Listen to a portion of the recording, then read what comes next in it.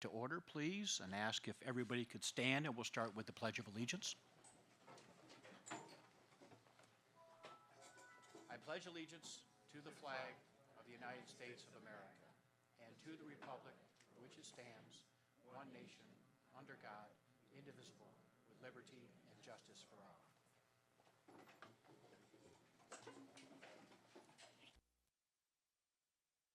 Traditionally, we also open the board meetings with a reading of the mission statement of the district. The mission of the City School District of Albany is to educate and prepare all students for college and career, citizenship, and life in partnership with our diverse community.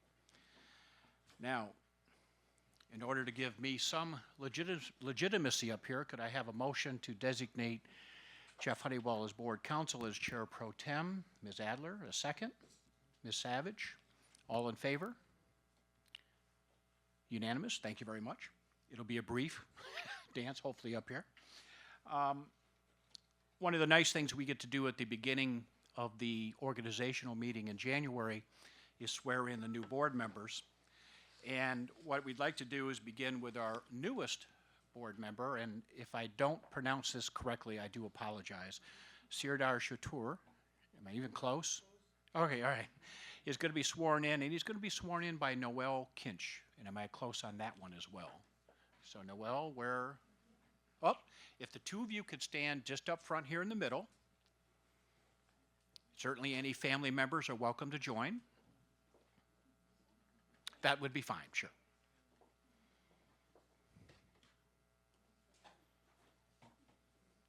Whenever you're ready, Noel.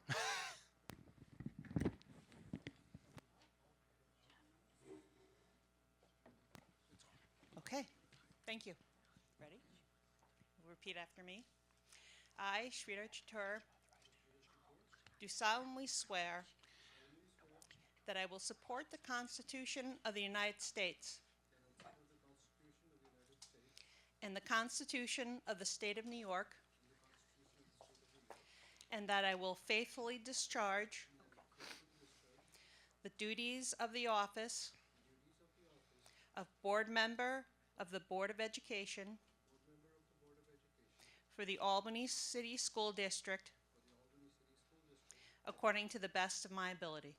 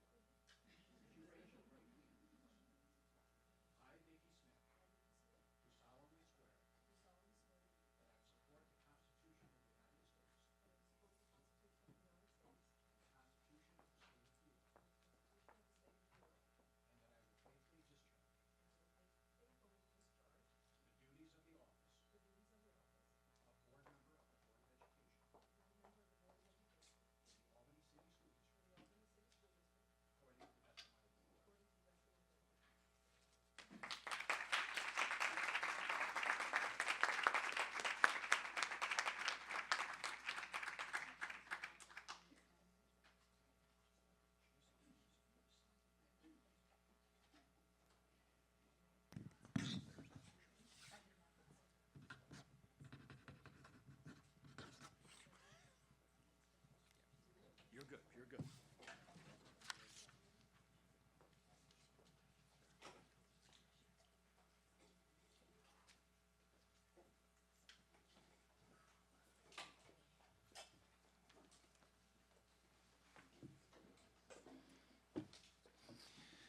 Okay, now everyone's here and everyone's official, and by now, I should tell you that once you've taken the oath, kind of like the military, you can't back out now, so you're in for the term, all right?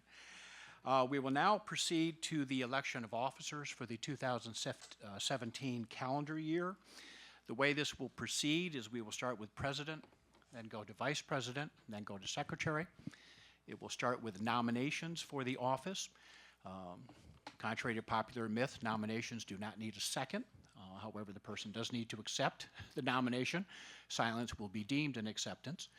Once all of the people, how many number have been nominated, are nominated, we will proceed with a vote by the board on the office.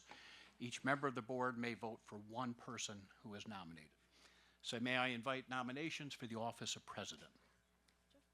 Ms. Smith. Yes, I would like to nominate Sue Adler for president, please.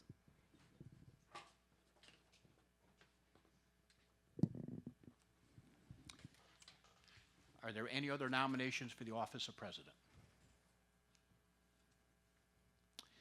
Seeing none, I'll proceed to a vote. All those in favor of Sue Adler as president for calendar year 2017, please raise your hands. Any opposed? 6 in favor.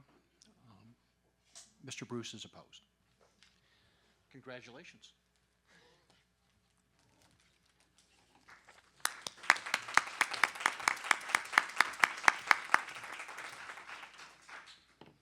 Now, believe it or not, we get to reenact the oath ceremony.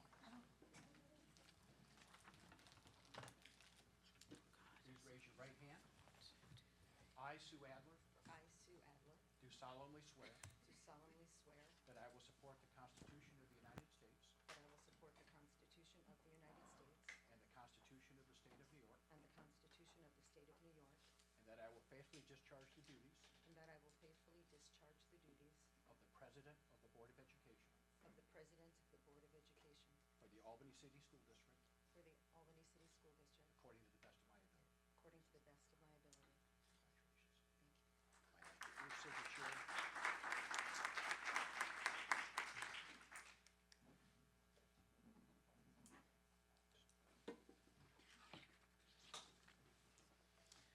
And I relinquish the gavel to you, Madam President.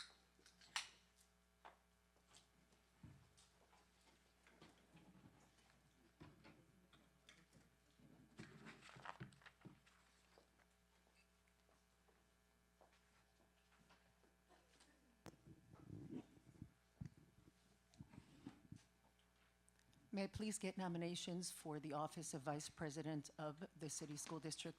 You okay, Mark? Okay. Ms. Roach? Is this my microphone?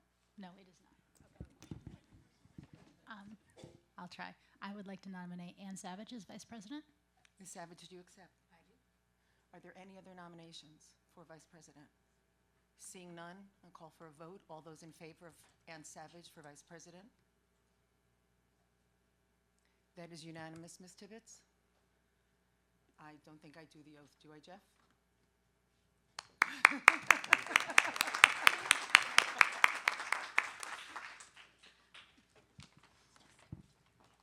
Please raise your right hand and repeat after me. I, Ann Savage, I, Ann Savage, do solemnly swear do solemnly swear that I will support the Constitution of the United States that I will support the Constitution of the United States and the Constitution of the State of New York, and the Constitution of the State of New York, and that I will faithfully discharge the duties and that I will faithfully discharge the duties of the Vice President of the Board of Education of the Vice President of the Board of Education for the Albany City School District for the Albany City School District according to the best of my ability. according to the best of my ability. Congratulations. Thank you very much.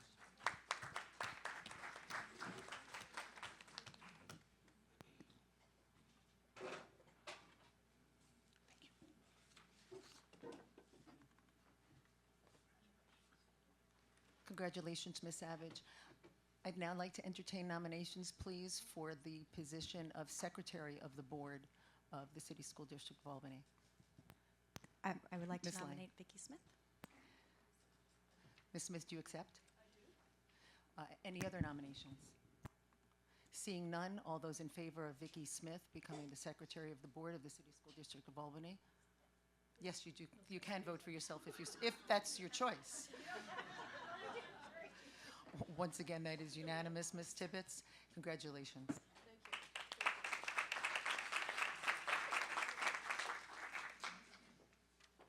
All right, now, Vicki, we did our dress rehearsal, okay? Okay, you got it. Please raise your right hand. I, Vicki Smith, I, Vicki Smith, do solemnly swear do solemnly swear that I will support the Constitution of the United States that I will support the Constitution of the United States and the Constitution of the State of New York, and the Constitution of the State of New York. that I will faithfully discharge I will faithfully discharge the duties of Secretary the duties of Secretary of the Board of Education of the Board of Education for the Albany City School District for the Albany City School District according to the best of my ability. according to the best of my ability. Thank you, Jeff.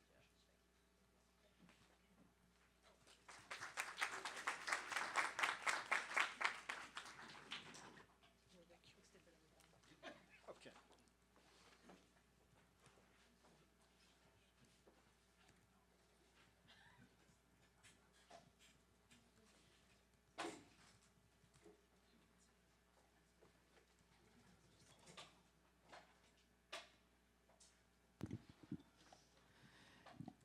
Mr. Bruce, since you're most recently the president, are there resolutions for the appointments of and designations and authorizations of bonding, or are these just something we just call out now?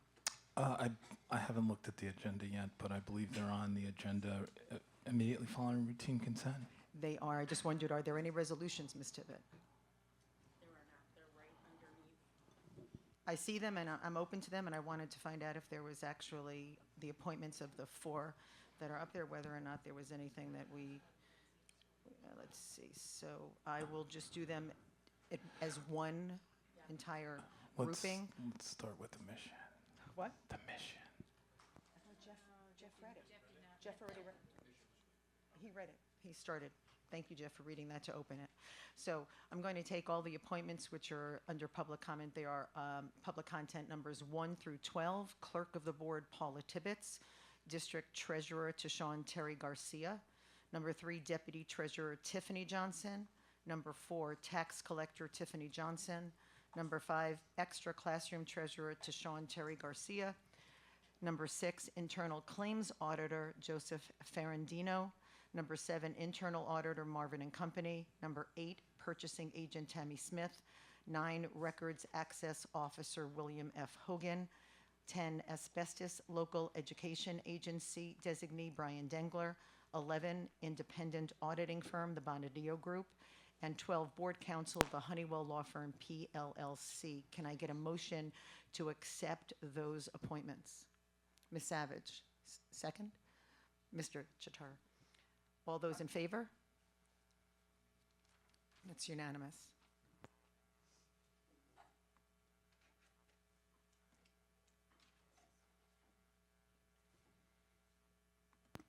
We're now moving on to, it's actually up there, the public let's see. I apologize, my computer's going a little zooey. On the designations, we're going to B now, and that is, I apologize, my computer glitch. Official Bank Depository, Key Bank North America, Official Bank Depository Health Insurance Funds, J.P. Morgan Chase Bank, and the official newspapers, the Times Union and the Daily Gazette. Can I get a motion, please, for those designations? Ms. Smith, second? Mr. Chatar. Can you tell me how to pronounce it? Chator, thank you. Mr. Chator. All those in favor of the 3 designations?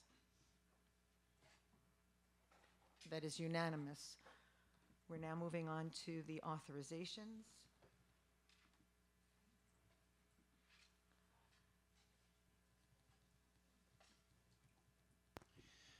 Madam President, if it's helpful, you actually don't have to read all of them. Oh, good. I was going to say, due to the length of the 9 that are there, I don't have a problem reading them, but it can be a little boring.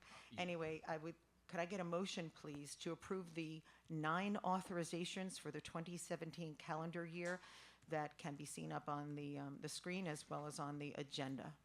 Ms. Smith, second. Mr. Chator. All those in favor of approving the 9 authorizations that are listed in C? Jen? It is unanimous. Thank you. And now moving on to bonding, which is 7D.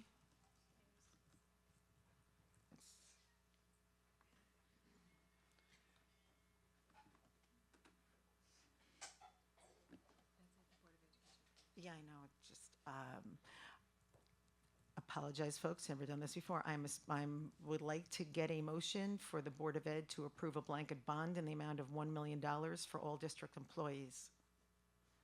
Ms. Smith? Mr. Chator? All those in favor?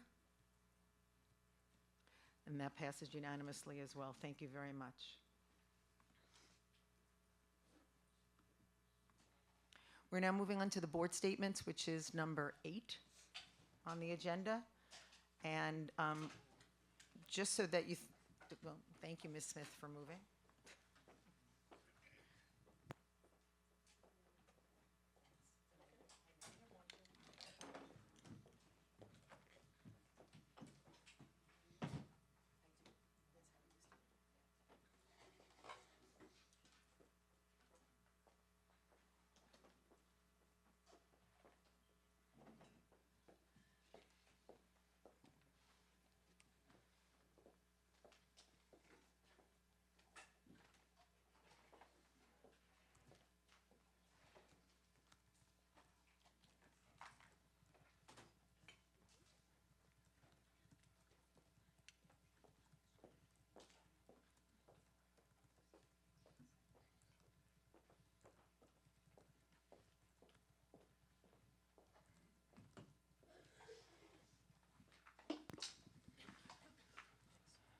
It's now my privilege to have each of the board members' statements be made, and we normally try to keep to approximately 3 minutes or so.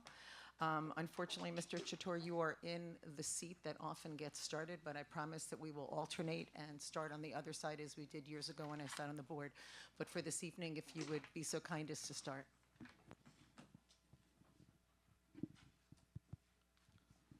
Happy New Year, everybody. Thank you for being here. First and foremost, I want to thank all the people who placed their trust and support throughout my campaign and got me this position where you entrusted the responsibility of your children. Our city, the way I look at it, is on the brink of going somewhere. Our school district is the same way. There are issues, there are problems, but together I think we can right-size these problems. And if you've noticed in the last year and a half or so, our kids have been responding. We've been, we've given them some benefits, some new constructions, what have you, and those kids have responded. They're doing well in science, they're doing well in arts and music, and so the way I believe, if to the best of my abilities, I'm looking forward to talking to all the stakeholders in the district, working with the board and the community, and trying to help our kids do even better. I would like the city school district of Albany to be an example that other people would follow. And in saying that, I also want to say that there are issues that I personally would like to focus on. One of the things I think a lot of our problems start with is communication. There are misunderstandings that happen because we don't communicate things well enough. So if we can try and address some of those issues, some of them would be resolved. There are other issues. STEM is being a scientist myself. I would like to focus on the STEM and make. If you remember last year's science fair, we beat all the private schools. 12 or 13 of the awards out of the 15 awards were from the city school kids. So I know our kids have the potential, and if you give them the right encouragement, if you provide them the right tools, we can make Albany something that people want to come into rather than leave. To keep it short, I just want to tell that I'm looking forward to your help, your guidance, and your support in trying to do the best I can do for all our kids in the district. We have a lot of capital projects and new hiring for the superintendent that's going to be happening in coming years. And there are things that we would like input from the community. So please help me, and the rest of the board in making our school district successful. Thank you.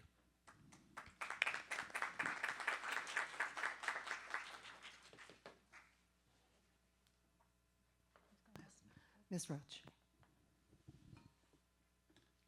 you. It's not on. Okay, this one, okay.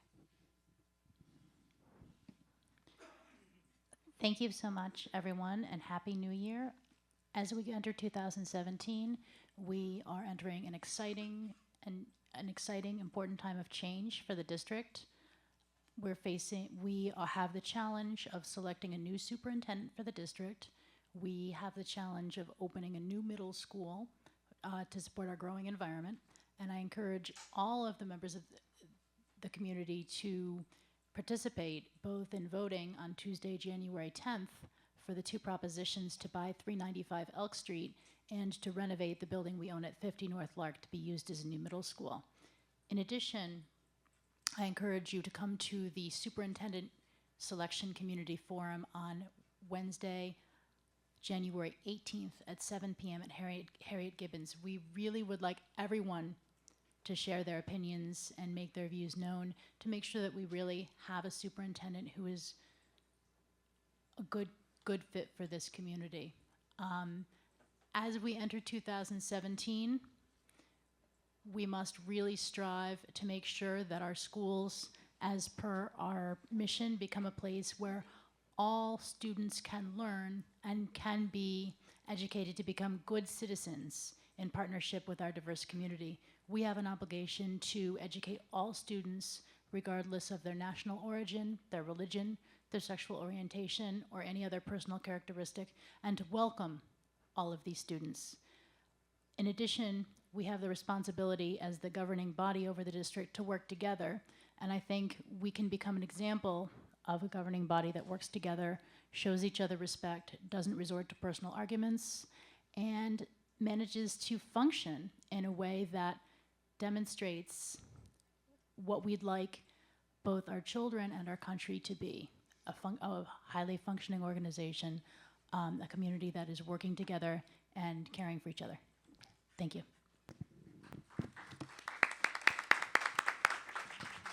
Ms. Lang. Hello, I'm entering my first full year on the school board, and I feel as though I kind of came in thinking we could make a lot of movement very quickly, or at least on a different angle. But I'm optimistic that we are moving in the right place. I feel there's more stability. I feel that we are on a wave with our high school. I feel that the comprehensive plan for the middle school is the right one for our children. I truly believe our children come to school to learn, but they also come to school to be loved. And I really want to make sure that we focus on family engagement. We need to do everything that we can to make sure that we're telling our parents how great their children are, and how they can learn and how they need to learn. We need to make sure that every single building, our children are getting out into our community. They're doing field trips. They're having fun. They come home saying how much that they've learned, and our community needs to make sure that we're helping our children do that, and that starts here in the schools. I'm excited for all of the efforts that we're doing at a state level regarding our ENL population, our boys of color, our code of conduct, our community school conversation. And we also need to make sure that we're doing these programs with fidelity, and make sure that we're peeling the layers of the onion, so to speak, and what our school system is, our diverse socioeconomic race, religion, refugees, 100-year generations of families here in Albany. I'm committed to making sure that our buildings, each and every one, shine, our principals shine, our children shine, our teachers shine, and us as a district. Thank you. Mr. Bruce. Thank you.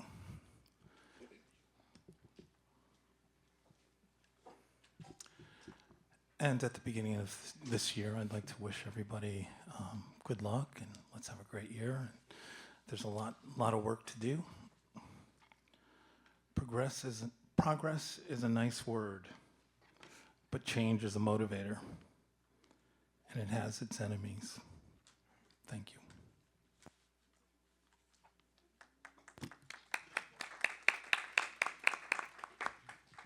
Ms. Smith. Take this. Thank you. I do want you to be able to see me.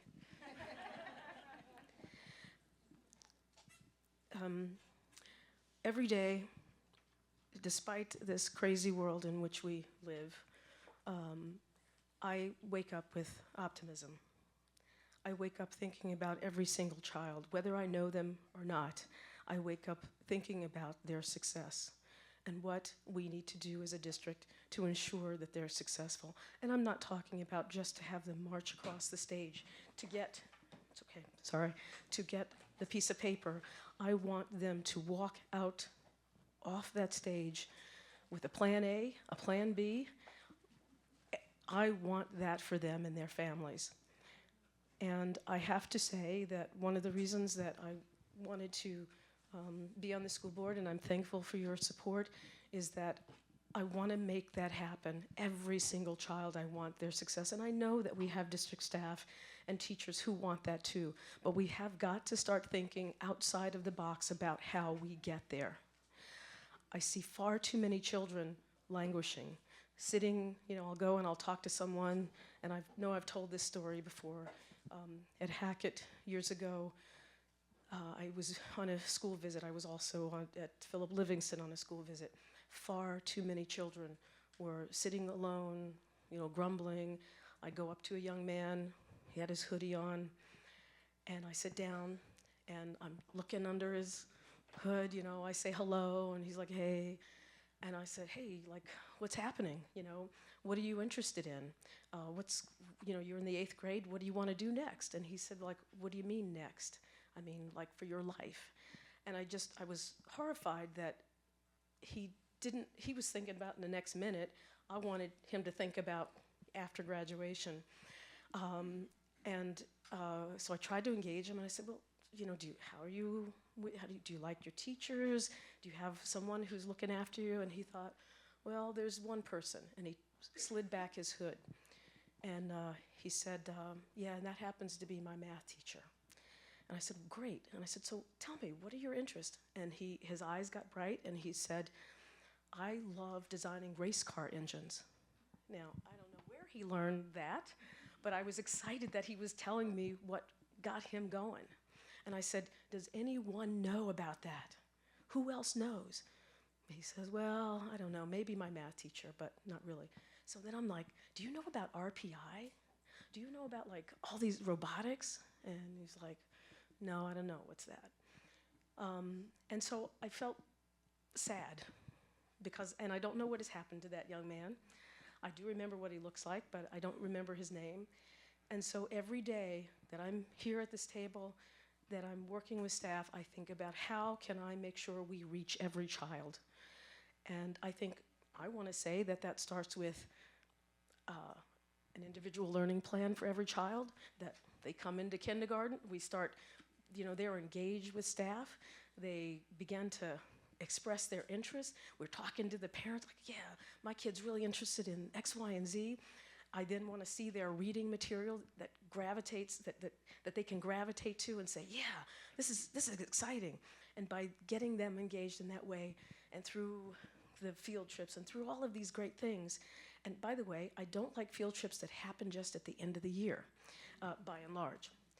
And I don't like school breaks very much.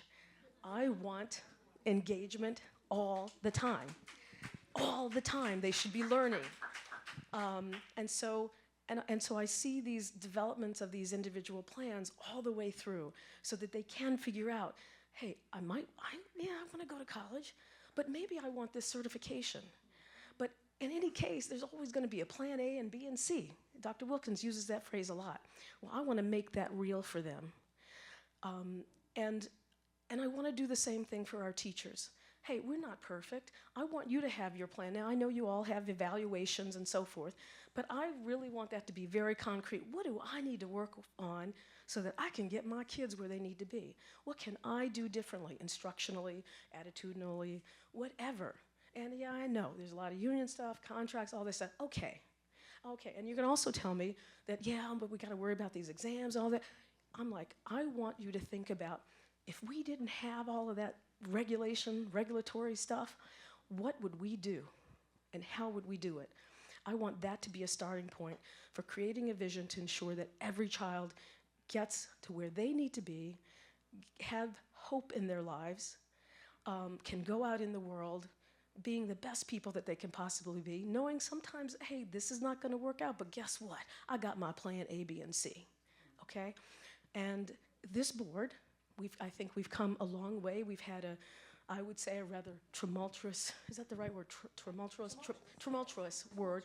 I'm just trying to get it off the lips here. And that may be putting it mildly. It was a very difficult start as a new board member. I believe this board has grown on many levels towards, coming together, being able to have some of these conversations.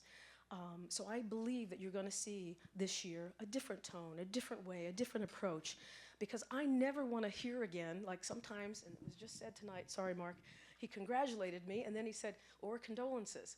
And, sorry, but I get that a lot from community. And I'm like, okay, that's not okay. I'm not standing up here wasting my time. I am working hard. We are all working hard.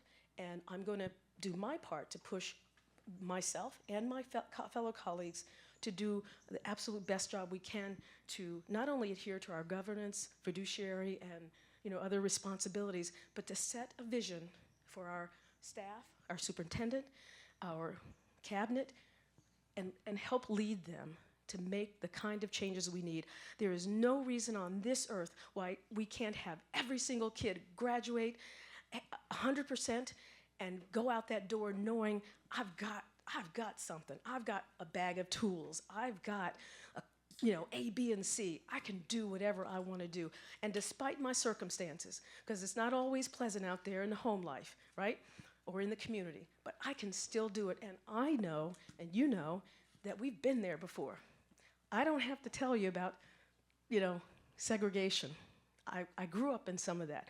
Families, one schoolhouses situations in my small town in Virginia, where somehow, might have been prayer, might have been a whole lot of other things. We didn't have shoes to wear. Sometimes you didn't have a parent, and you had to walk to school in snow and rain and sleet. We got it done. And there are families that I grew up with where everyone was successful. And I don't care if you were the janitor or, an pilot, an airplane pilot.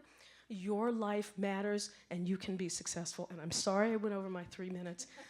But thank you for listening and hold me accountable, hold this board accountable. Thank you.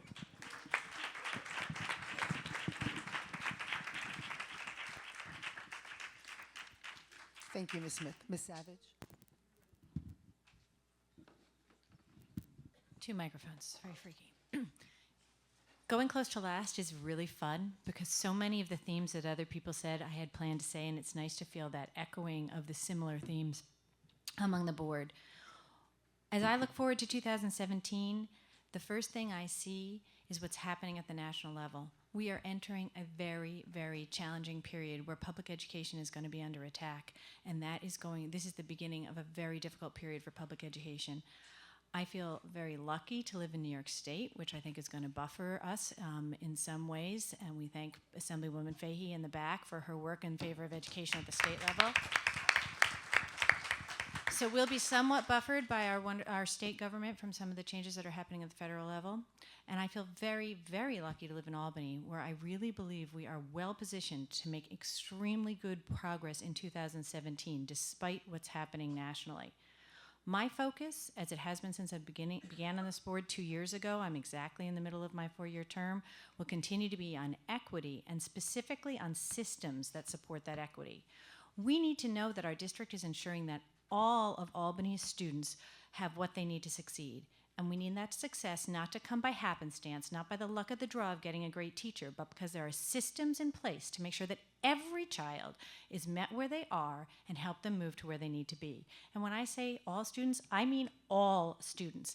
Every single neighborhood in this city is full of smart, capable kids who are just looking for us to give them what they need to shine. And here's why I'm so optimistic about 2017. Look around at this cabinet.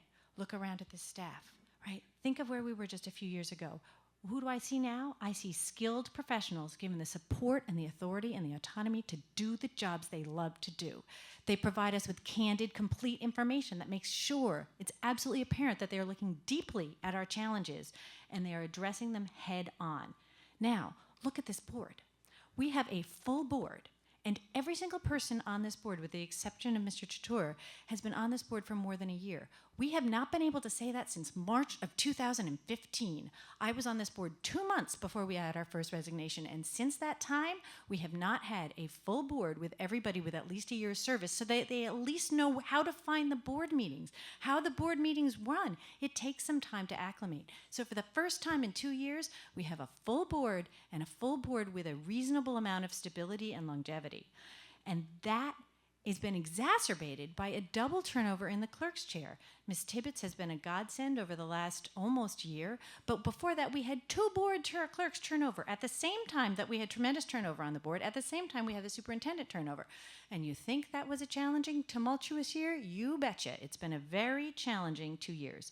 But now we are ready to roll. The stability that we have puts us in great position, as several people said, to have a highly effective board that's developing the vision and the governance that this city needs and deserves. And I am going to work every day to make sure that happens. And so with those tools in place, here's some of the things that I know we're going to deliver on, some of the promises we've made to the city. Specifically, we are going to hire, train, and retain the best teachers for our urban school district, especially focusing on people that look like the students that they teach. We're going to work with My Brother's Keeper and other programs to focus on ensuring success for our children of color. We're going to focus on making sure that our budget is allocated in an equitable way. And we're going to see major progress towards ensuring that our schools meet all of our families where they are. That means a focus on ELL and newcomers program. We know that we have a huge growth in that area. A return to community schools in Albany, which we know we need.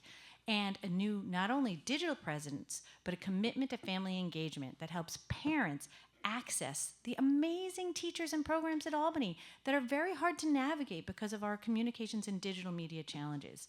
And of course, as I appreciate Ellen reminding us, this year starts with 2 very important ways for people to give very direct community input. January 10th, we will vote on whether we want equitable middle schools. That's the question we're asking. If we want our middle school students to all have equity, we gotta vote. We have to vote on those programs. I almost slipped. I can, as an individual, advocate for it, but not as a board member. We also, on January 18th, at 7 p.m. at Harriet Gibbons, we will give every person in this city the opportunity to have input on what the characteristics should be for our permanent superintendent. We need to hear from people. If you can't come to the meeting, there's also a digital survey, and we can make that available in paper also. So it is going to be a great year because we have the structure in place, the foundation is laid, and now it's time to build on it, and we are definitely going to do that this year. Thank you very much.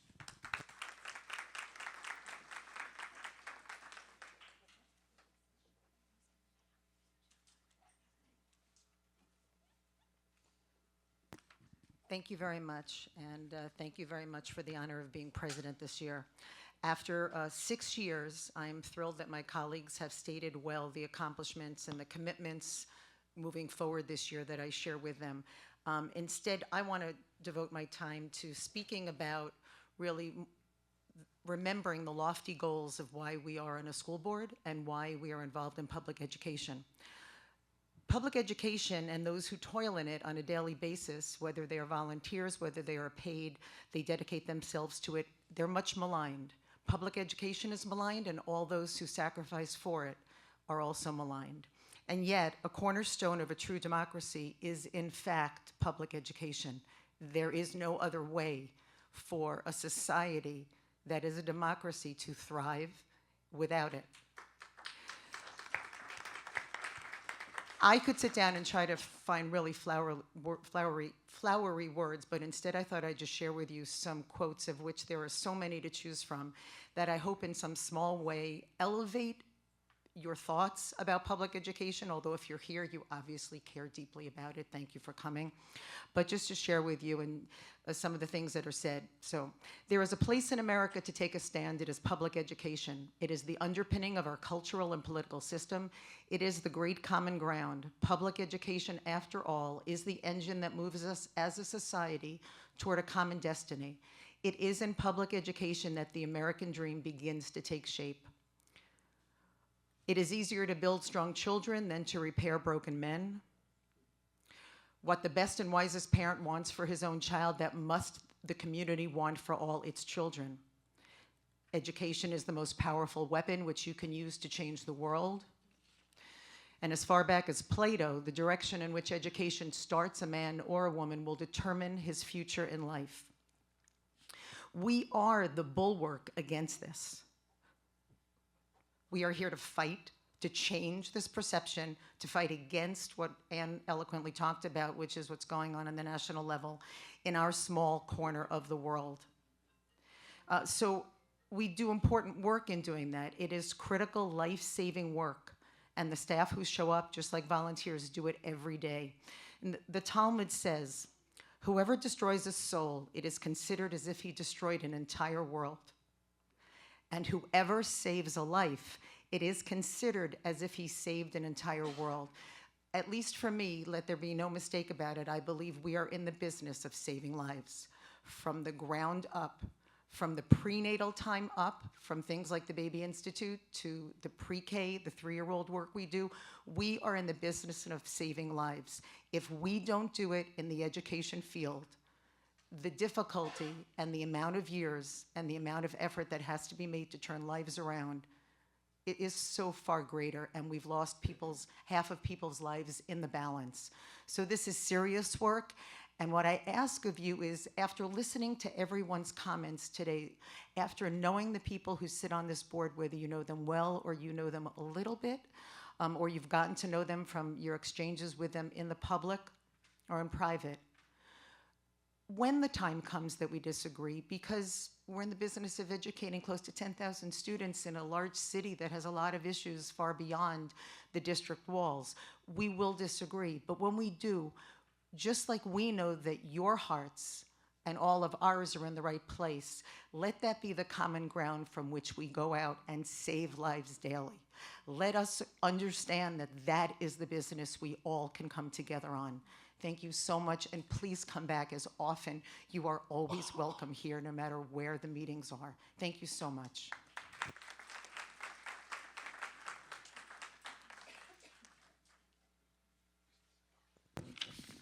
Dr. Wilkins, Superintendent's report, please.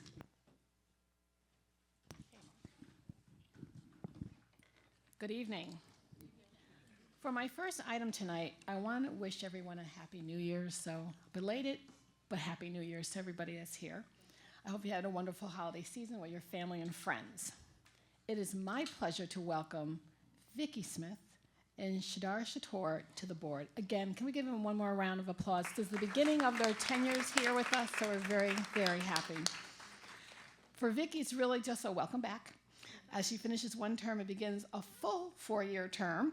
It feels a little bit more like that for Shadar as well, but I think you've only missed 1 or 2 meetings in the last 18 months, so now you're officially on board here. So again, I know they're both really strong advocates for all of our students in the City School District. I really look forward to working with you both, so thank you.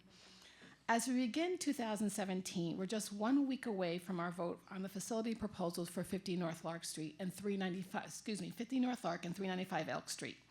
Polls will be open next Tuesday, January 10th, from 7 a.m. until 9 p.m. at 15 voting locations citywide. Please remember that these are the voting locations that you use for the school budget vote in May and not the general election in November.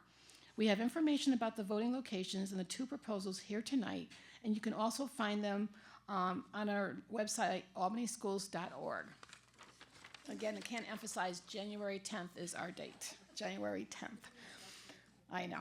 The proposals to renovate 50 North Lark and to buy 395 Elk would have no impact on our taxes. I do want to remind folks that 50 North Lark is for the middle school building, but it's an interim middle school building. I want to, Dr. Brandon, to make sure I say that. The interim middle school.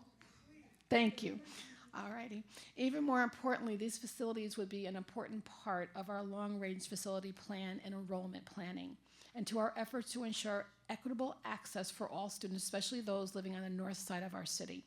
Please remember again to vote next Tuesday. If you have any questions in advance, please visit our website or call the communication office at 475-6065.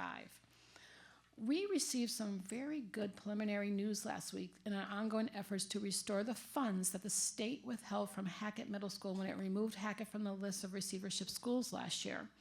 The state Supreme Court has ruled that those funds should be restored to Hackett and the other schools that lost their funding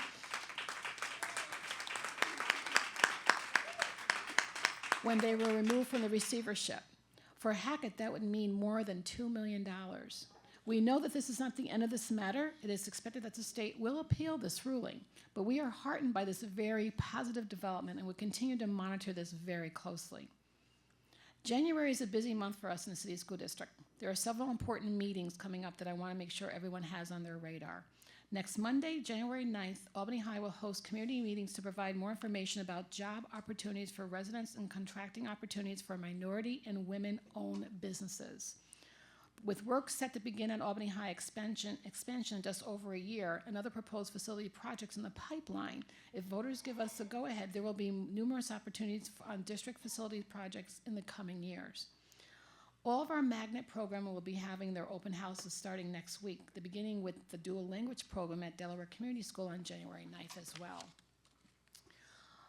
The meeting, also next week we'll have the first of 2 community budget forums. The first is on Wednesday, January 11th. The second will be on Monday, January 23rd.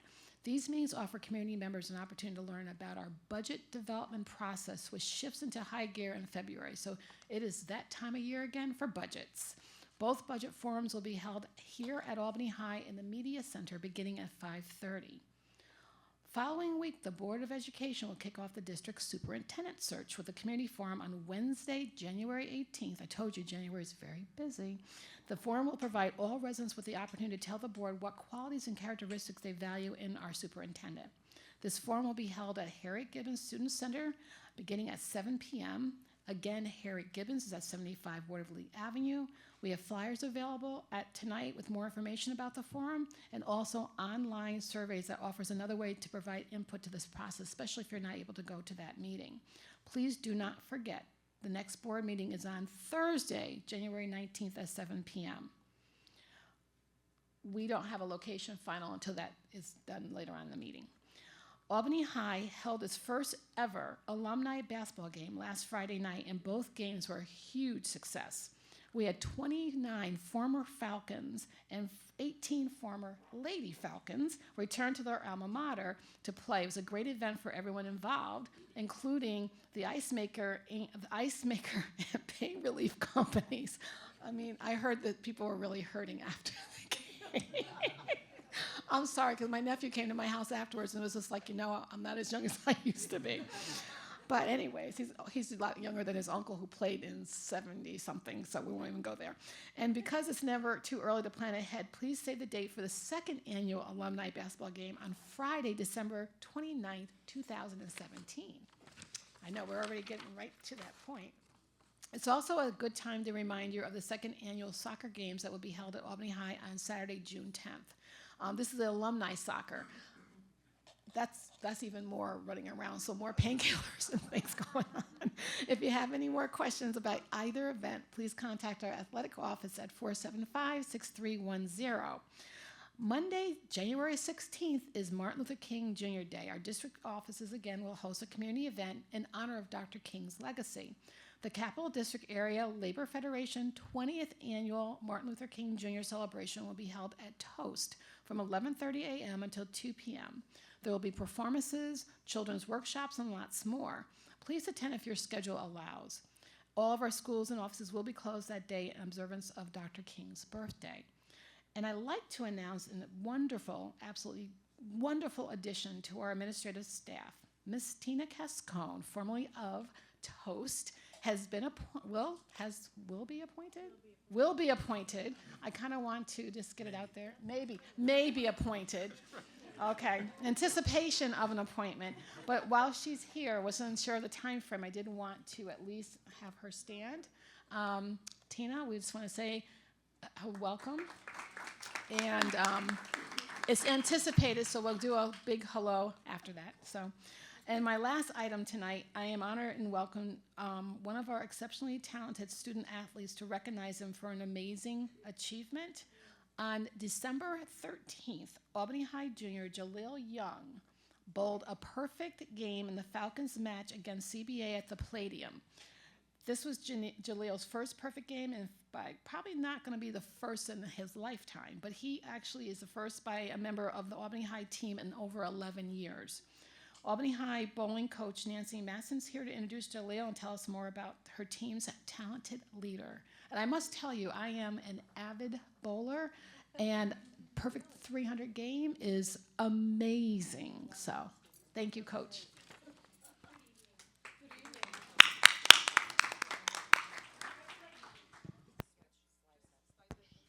Sorry, I got it. You're good. Okay. Jeez. I would like to thank Dr. Wilkins, Mr. Bruce, and the entire school board for inviting me here tonight to honor and recognize Albany High bowler Jaleel Young.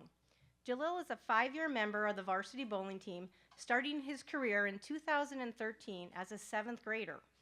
For the past 2 years, Jaleel has had the highest average on the varsity bowling team, as well as earning the Most Valuable Player award for each of those 2 seasons.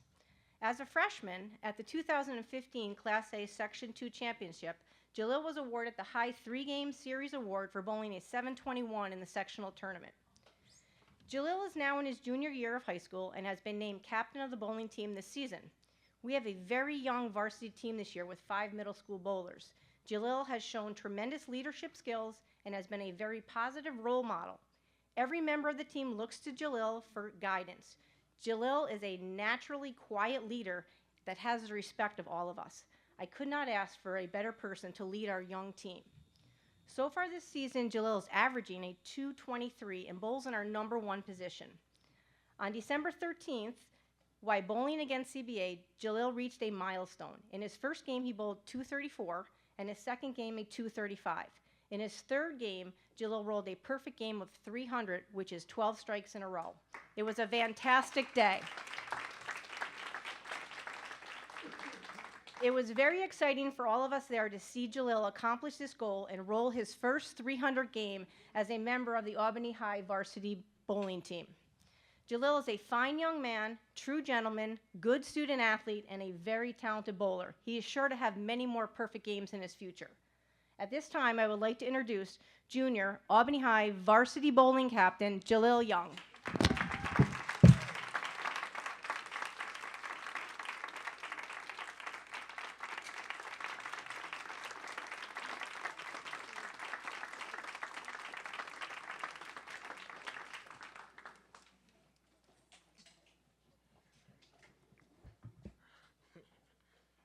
Hello. I want to start off by thanking Mr. Lesko for inviting me here today and the City School District of Albany. I was very happy and excited about bowling my first 300 game, and my team was very excited also. It made me tear up a little. There were times that I came close to, but never did it.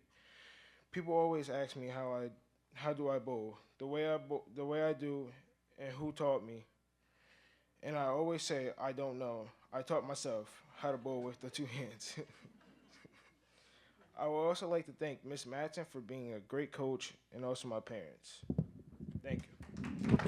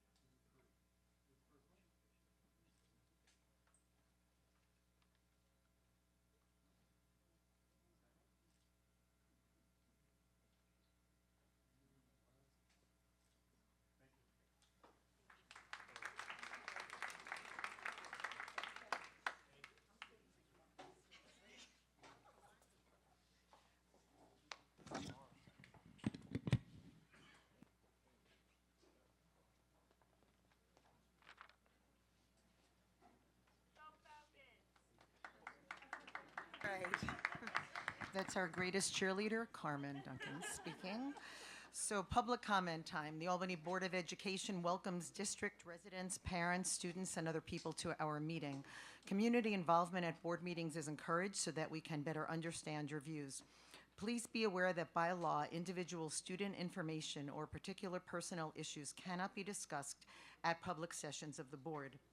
When recognized by the board president, please state your name and city of residence. Statements are restricted to a maximum of 3 minutes, and speakers will be notified by, and I believe there's an amendment to this now, Ms. Tibbetts. Are you now going to be the person notifying people? Oh, Vicky's okie doke. So, all right, then there you go. Speakers will be notified, well, the time will be taken by our secretary, Ms. Smith, and speakers will be notified when the time has expired. We do take public comment very seriously, and careful notes will be taken. However, the board generally does not respond while the meeting is in public session. We only have one person who has signed up, and it is Yvette Alfonso, who I will call now. But we are running ahead of schedule, and we do hate to, get out of here too early. So if anyone staying feels they want to come up to the mic and say something, please consider that, and we'll certainly let you speak. Ms. Alfonso. Hey, good evening. Hola. Happy New Year to everybody, and very glad to see a new board member and a returning board member and all the new officers. Wonderful start for the year.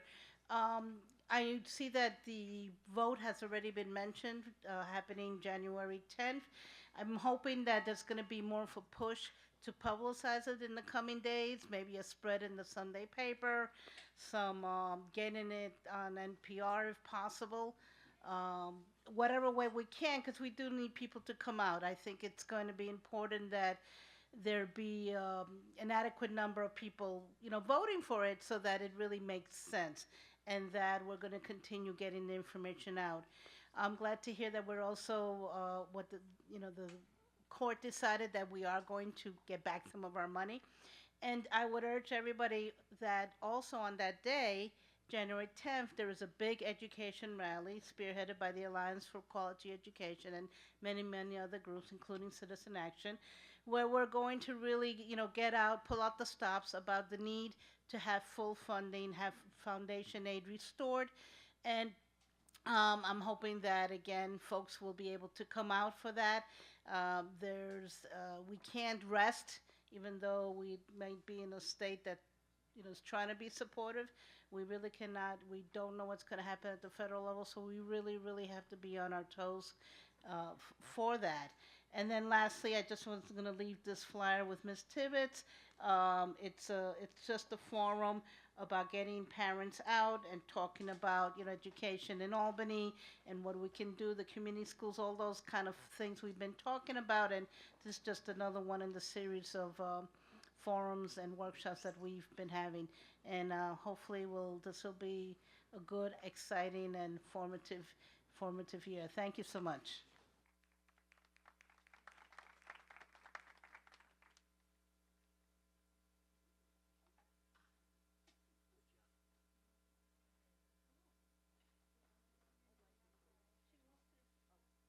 Carmen, Dahlia, Ms. Herring.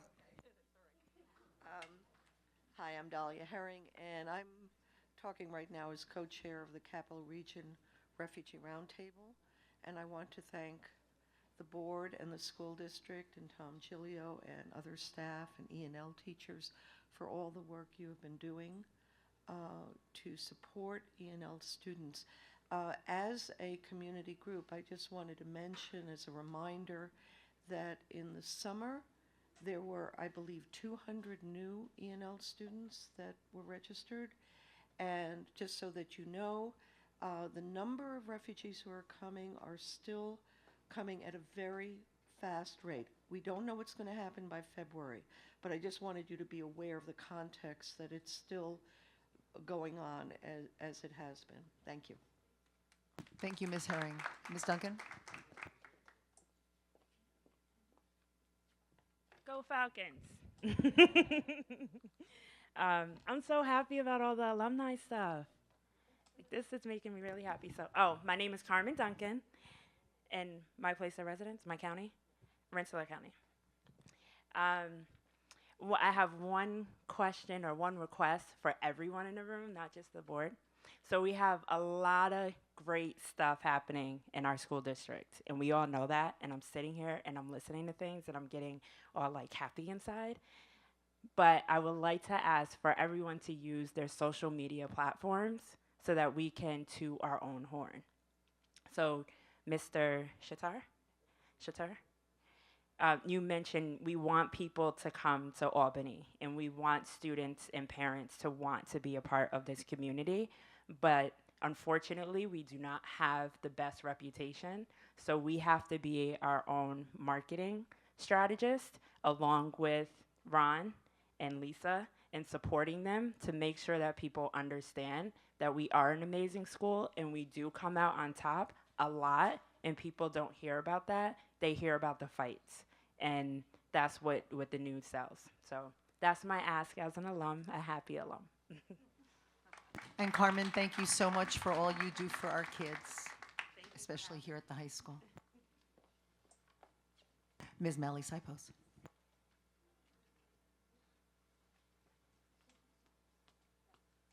Good evening. I'm Catherine Malley Sipos, and I have one daughter at Albany High School. First of all, I want to congratulate the board and the two newest ones, Vicki, for coming back a second time. I wanted to just, first of all, say that the optimism is great. It's refreshing, and I, too, want to be that way. When we had our winter break, my daughter came home with the course book. And I would like to just invite you to take the course book and look through it. And I would be very interested in finding out which classes in the course book have actually been held the last couple of years. I have been in an interesting situation where we've stayed in Albany for the International Baccalaureate program. And while we've seen the junior ROTC program flourish and grow to 4 classes in the course book, those students who wish to have an international type of experience have seen the rigor of the IB program diminish significantly. There no longer are offerings in higher level science, and there are no longer offerings in higher level math. And my daughter's interested in science, and the only way to get an IB diploma, which is a meaningful document, versus a certificate, which is not as meaningful, is to have to take either art for a period and a half every day, or take theater after school every Friday. And that's a bit problematic if you're a varsity athlete. So in the concept of scholar athlete and a female student who wishes to go into science, some days it's marine biology, other days it's astrophysics, she's really disheartened. And so what she has seen with her fellow classmates is that more than 10 students dropped out of the IB program the first 3 weeks of this school year. It was the most difficult 3 weeks my daughter has ever had. And so what she did was she gave up her dream of an IB diploma and decided to drop art because she knew that if she wanted to go to a really good school and major in science, art wasn't going to get her there. Science was. So now she's taking 2 science classes. Unfortunately, they're not higher level science classes. So she's going to be denied the opportunity to have an IB diploma. And that is the predicament of more than 10 kids. And I happen to also know of another parent who has come here who has had 2 children graduate with IB diplomas, who are now at one of the top universities in the country. And some may say you may not need to have an IB diploma, but I think the fact that we are trying to reach and help all students achieve their highest potential, I think it's important, please, to reconsider the commitment to the IB program. It's why we stayed in Albany. Since the time of this program, Ballston Spa has picked up the baton for this program, and Voorheesville is starting to provide this program as well. That's all I would like to say. I would like, during this budget process, it happens to be coinciding with some Albany High School junior college nights, so I would like consideration, perhaps, to drop this printed calendar, which is outdated. Thank you, Ms. Ipos. If you could just hand that over, because Absolutely. we've gone over. And then the last thing is summer school. I saw the report from December 15th. It's way over. If you could just send Okay. an email, I promise that I will make sure that everyone Not a gets it. problem. Thank you. Thank you.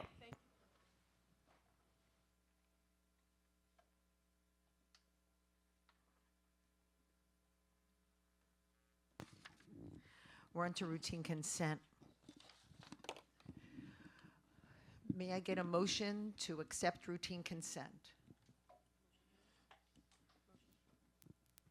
Ms. Smith? Mr. Chator, any set-asides? We'll start with you, Ms. Roach. Let me just grab my pen and be able to write them down. So set-asides for routine consent, please. Yes, I would like to set aside under, let's see, item C, human resource items, the January 3rd revised agenda. I would like to set aside items A dot 2 dot A through H, the substitutes.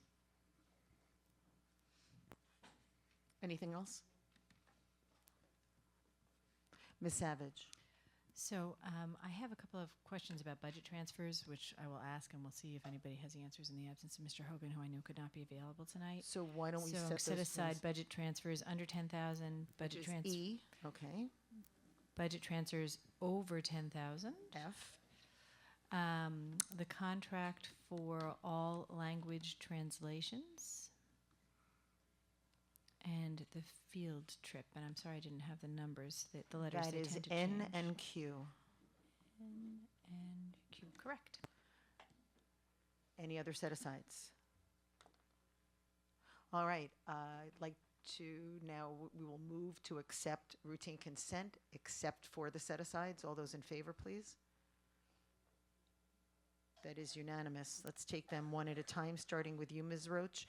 C, can I get a motion, please, to accept C, which is the HR, within HR, A.2.A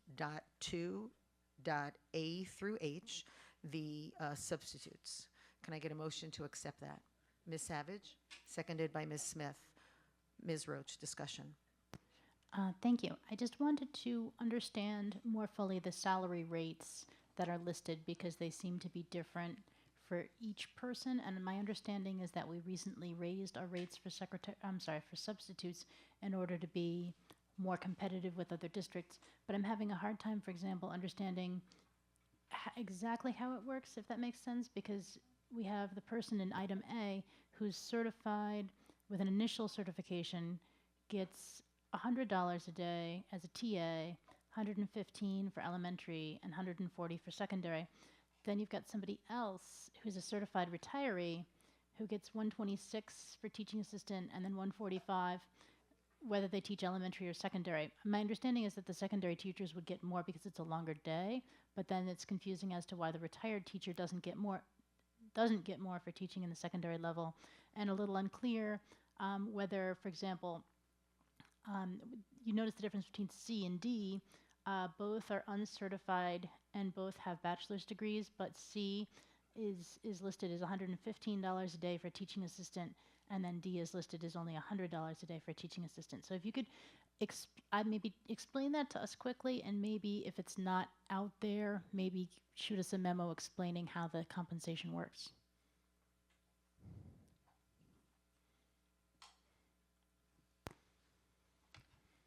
When we approved the modified subrates, there was essentially 9 different rates. It was a chart with 3 different rates for teaching assistants, 3 different rates for middle and high school teachers, and 3 different rates for elementary teachers. So what happens is the person generally, if they're on an itinerant sub coming in and they're choosing an assignment, they're going to get the rate for the position they chose. And when we were looking, for instance, at 2A, we have a certified music teacher, and she is an itinerant sub. If she comes in and chooses a TA assignment, she's going to get the certified TA rate rather than a certified teacher rate, under the sense that she's not taking over full responsibility for a classroom. So that's why she's getting a lower rate there, even though she's a certified teacher. So then if she were to choose an elementary setting, she would have 115, or a secondary setting, 140. The difference on the building subs that you're looking at for C and D, for instance, the middle school building subs are at 115 a day, regardless of whether the principal places them in a teaching assistant role or a classroom. They're throughout the day, they could be placed in different settings. And from a payroll perspective, it was too hard to track if part of the time they were in a classroom and part of the time they were filling in for a TA.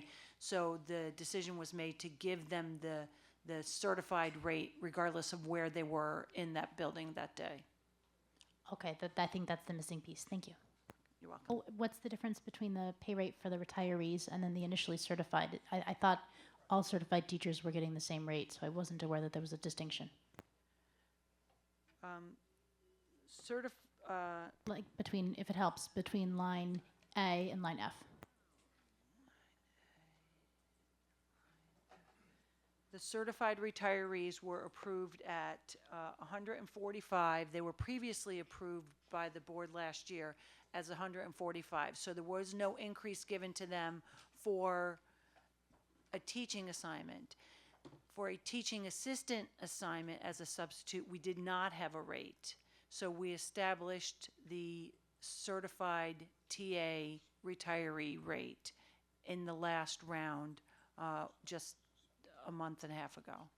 And just one more question. If one of the iterant subs is sent to one of the middle schools, are they paid at the secondary teacher rate? An itinerant sub going to a middle school would get the secondary rate. Okay. The middle and high school rates are were higher because they are, as I think we discussed, the other school districts in the area are using their itinerant subs basically to follow a particular teacher's schedule, which is typically 5 periods. Here in our district, because of the sub shortage, we are using them for 7 periods a day. So they are going to plug wherever there is a hole. So the middle and secondary have the higher rate compared to the elementary school. Okay, thank you so much. Welcome. Any additional discussion? Seeing none, all those in favor of C, A.2.A through H? That is unanimous. Next, can I have a motion to accept E, budget transfers under $10,000? Ms. Smith, seconded by Ms. Roach. Discussion? So the question I have, which maybe Ms. McKenna can answer if she knows, is there's 2 $4,000 transfers from theme development from the Leadership Academy and from the Drama Club to grade 7 to 12 teacher salaries. And I just wanted to know if this was a programmatic change. Are we going to have less emphasis on our theme and less work for our drama club? Or is this some other sort of money transfer? I think Andre is close, so he's got to roll up a page, I think. There you go. Now it's on the screen. Yep. Yeah, it's really a question for Bill, and I'm sorry I didn't get to it before. Somebody from Albany High. I can follow up with the principal, Dale Ghetto, and get back to you. I don't know the answer to that because I don't have budget transfers across my desk, so. The question I guess we have in terms of tabling this is whether or not this has to be acted on before the 19th. If not, then we can move to table it. Okay, so we will have withdrawal of the motion, and we're going to move to table this. Do we want to table all of these transfers or just the 2 that I had a question about? And I'm actually comfortable with proceeding with them and getting the information in retrospect because that's okay with me. Okay, we'll rewind on that one, and we're going to now vote on the motion to accept the budget transfers under 10,000, which was E and routine consent. All those in favor? That is unanimous. Make a motion. Can I get a motion now to accept F in routine consent, which is the budget transfers over 10,000? Ms. Smith? Seconded by Ms. Savage. And is this the same concern? This one is, again, Ms. McKenna seems to be the all-knowing one on subjects of budget. My budget questions today, $15,000 additional to move for graduation, to cover additional expenses need for graduation. I didn't double check the lovely memo you wrote to us some months ago with the comparison of the costs of Albany High graduation, but I don't recall it being an additional $15,000, so I'm kind of surprised to see this budget transfer. Yeah, again, I don't see the budget transfers in advance of them being submitted to the Board of Education, but I do know that there is not an increase cost for graduation this year. There's a minimal increase in cost, but I know that a lot of the services that used to be provided through the district are now being provided through the Times Union Center, which is in purchase services. So there's a shift in where those budget items are So coming. that seems like a very reasonable expectation of what this is, 2 different graduation type line items. So again, I'm not sure what people want to do. Do we want to table this until we have more information, or do we want to go ahead and pass it and ask for the information in retrospect? Can I weigh in here? I believe that we're actually paying security to the Times Union Center instead of through ourselves. So it's a transfer So to it's contract out of salary. Basically, we were paying, but we're just paying to a different entity through a different source. Got Right. it, okay. I believe that's the case. So let's ask just for a retrospective memo on that too, just because it says from contractual to graduation, so that's almost backwards from what you've said. So I would like to Can just we get just an table this update. so that we can get some more clarification on it? Because I need to make sure that that is what's All going right, on. so, hang on. So then, why, since we have 2 up there, we don't have to table both. We can just, what we'll do is, Ms. Smith, you had made the motion. If you'll withdraw that motion, or let's amend that motion so that we now are going to amend it to read only, Ms. Tibbetts, that we are going to vote on F, budget transfers over 10,000, the $24,600 one, which is the operations contractual expense for the covering of the consultants for the superintendent's search. And that is the motion that is now, and are you willing to still second that, Ms. Savage? All right, that is the motion we are now voting on to the second item in F, the budget transfer for 10,000. All those in favor? That is unanimous. And can I get a motion to table the first item, the contractual graduation expense? Ms. Smith, seconded by Mr. Chatur. All those in favor of tabling the first item? And that is also unanimous. Thank you for that. We are now moving on to N. Can I get a motion for the all language translation routine consent number item letter N? Ms. Smith? I will second it. I think I'm allowed to instead of waiting for the next person. So that is seconded. And any discussion on the all language translation? So my first question is, and Tom is staring at me carefully from the back, there's a couple of different variations on this contract. There's a couple of different addendums, but the last date I could find quickly in reviewing this, I looked at it a couple times, is February 7th, 2017, which is only a month from now. So I wondered if there is a time extension on this contract as well as an amount that needs to be reflected in here somewhere. Yes, we're actually going to be going out to bid for translation services. And so, in working with our grants department and Ms. Loeffler, we decided that as of February 7th, this month we'll be putting the bid out to contracts.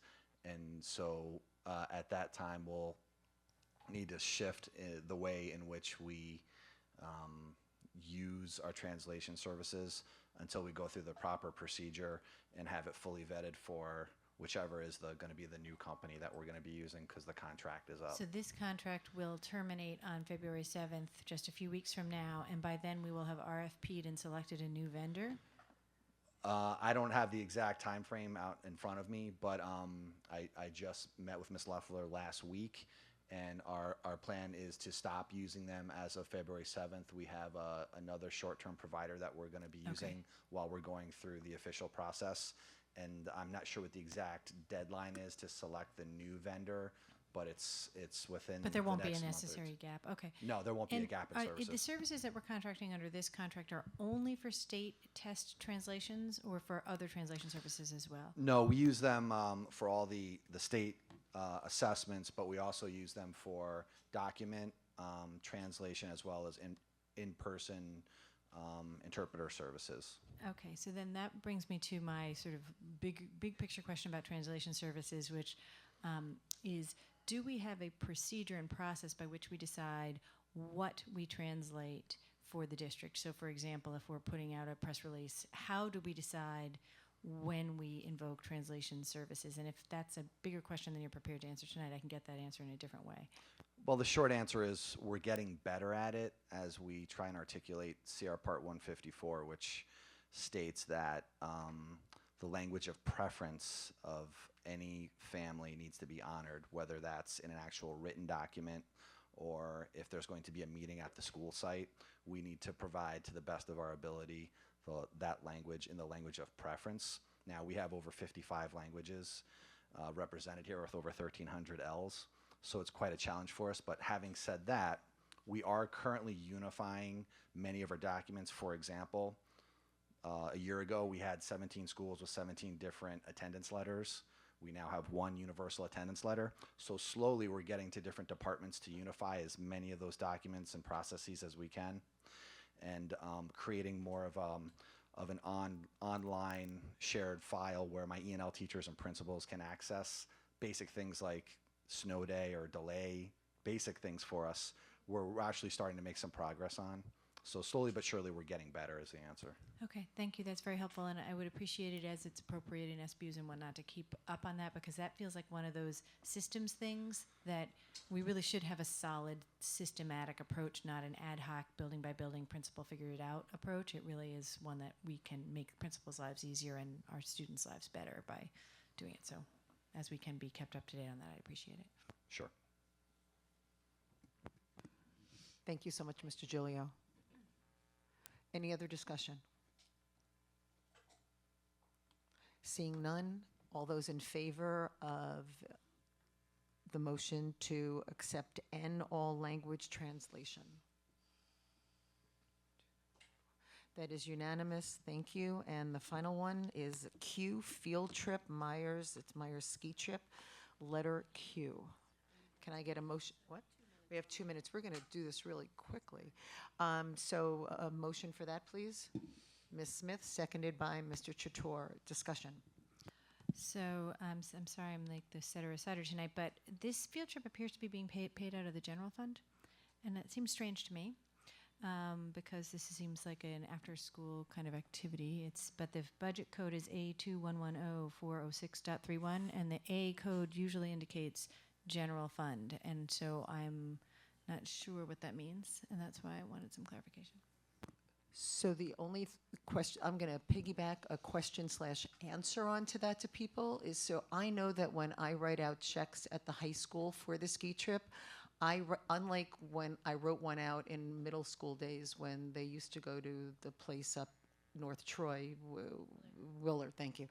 But once you get to the high school, when you write the checks, they are written to the high school. So they do not get written to the ski place. So now it looks, I'm not being the expert on it, but I know that the checks are written to the high school for all ski trips, whether they're the Friday trips or whether they're the one that's coming up this weekend that I'm chaperoning, as you all found out in December, as I did too.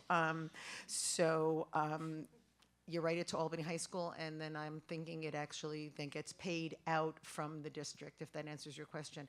I, though, had a different question, if you were done with that one. Okay. And that is, so I know from experience that Myers used to go with Hackett, and I won't even ask about, yeah, I know Ms. Buff is shaking her head because I always ask him, what about the other middle school that we had in North Albany before, when we didn't have the 50 North Lark, the West Hill Middle School that will then go to 50 North Lark, hopefully. But so the middle schools used to go to Willard Mountain, and they went together, and it was a whole deal. Is this suggesting that no longer is there more than one middle school doing a trip? It's individual, every man for himself kind of thing now? And if there's no, I'm still willing to, you know it, awesome, that's great. I know that Hackett and Myers are not going together any longer. One Myers decided to go to Jiminy Peak, I believe, and Hackett still continues to go to Willard. I believe there was a discussion about Jiminy Peak at Myers, I don't believe that this is coming out of the general fund, right? Is that what No, we that's what totally we paid for, determined, right? Oh, yeah, no. All right, well, So I'm just going to finish my little bit of discussion by asking, and I'm happy to vote for this tonight on those comments from fellow board members, but the other thing that happens this exact same way is when we pay for adult ed services, and on the form from the adult ed services, it's very explicit. These funds are being fronted and are only going to be reimbursed, and it doesn't cost the district anything. And I'd like to see that on these field trip request forms when that's the case. And then my other thing, which again is really administerial and it's not truly important to me, but the form indicates local field trip requests must be submitted to the superintendent's office 30 days in advance. Board of Education's approval is required 45 days in advance. And this is now 10 days in advance because the first one is coming right around the corner. So either we don't really mean what we say on the form and we should change the form, or we should start being more proactive about implementing the rules that we have on the form. And I don't really care which, but I don't like having the form be so out of account with reality. And also, I'd like to add too, I think in the previous forms, it said what each student paid in the form as well. This does not say that, so I think that it would be helpful to know how much fundraising and how much each student is paying. And I believe for other ski trips and those that are, there's a question of equity there, but I think that that should be clearly stated on this. so I think one of the ways to solve it is language, because what this is a pass-through as opposed to fronting. At least allegedly, it's supposed to be a pass-through, the money's supposed to be paid, or fundraising taking care of it, so that would be helpful. And then I also want to reassure the board that we were able, in years before you were on it, Kenny might have been on it then, we had the same sort of problems. We even had these problems with field trip, when there were trips actually for staff things that were coming after the people had actually gone. So at one point, we voted against it. So, just word to the wise out there, let your people know that we will get tough again, and we voted them down the last times. We'll vote them down again if they don't get in time, because it's just not the proper way to have accountability. So it's the first meeting of the year. Please send the message out really, really strong and loud. And that concludes routine. Oh, no, we have to vote on it. So all those in favor of the Q Field Trip Myers Ski? And that is unanimous, and now we are done with routine consent. Oh, we have the walk-on, but that's not a routine consent, yes. So I'd like to now add to the agenda a resolution, and to do that, once the meeting opens, you need 5 votes, once a meeting is a public meeting, to add this on. And I'd like just to let you know that, so there have to be 5 in favor. It is to add a resolution, and Jeff, do I need to read it? Right, I'm amending, do I need to read the resolution, though? Yes. Okay, all right, so I'd like to have a motion to amend the agenda to add the resolution regarding an employment action. Ms. Smith? And anybody else to second? Ms. Savage? And all those in favor of amending the agenda to add this resolution? That is everyone but Mr. Chatur voting in favor of amending the agenda. Oh, it's unanimous, and I appreciate the explanation. We're now actually voting not on the substance, but just the procedural piece. And now the substance. So I'd like a motion, please, to put on the agenda, and the resolution is going to be all those in favor of the motion that is being added is one that is hereby resolved that upon the recommendation of the interim superintendent of schools, the letter of Neil Wahab resigning effective December 31st, 2016 is hereby accepted, and the agreement between Mr. Wahab and the City School District of Albany dated December 27th, 2016 is hereby approved, and the interim superintendent of schools is authorized to execute said agreement on behalf of the district. May I get a motion? Ms. Smith. Second, Ms. Savage. All those in favor? It is unanimous. Thank you very much.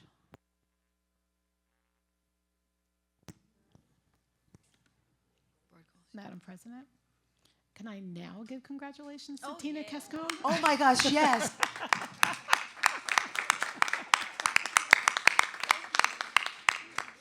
She is going to be the assistant principal at Sheridan Preparatory Academy. So congratulations to Tina.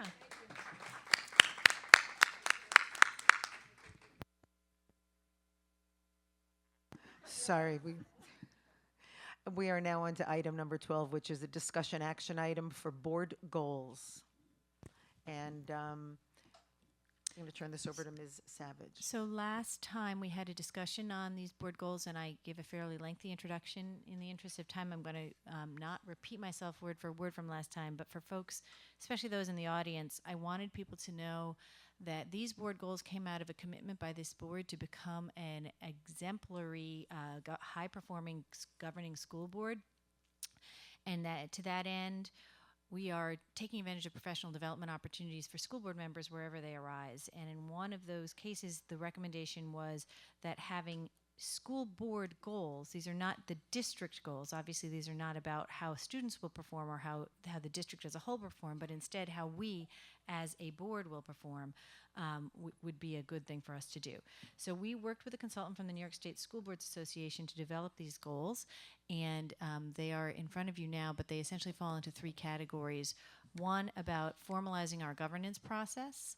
Goal 2, about having the best board meetings we can have. And Goal 3, which is just underneath the fold there, having to do with improved communication. This is board communication rather than district communication, but communication with staff and also with the public. And so we formalized those goals, and we are working already on trying to implement them. And tonight we will formally adopt them as part of our organizing meeting. Thank you, Ms. Savage. May I get a motion to accept the 2017 board goals? Ms. Smith, second by Mr. Chator. All those in favor? Oh, I didn't ask for discussion. I apologize if I have short-circuited anybody's desire for discussion. No. Seeing none, then all those in favor? Ms. Lang? Unanimous. Thank you.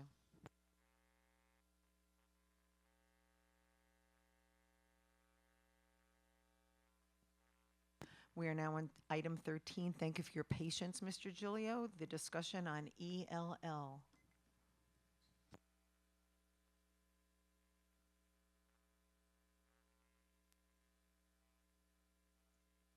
ENL, I apologize.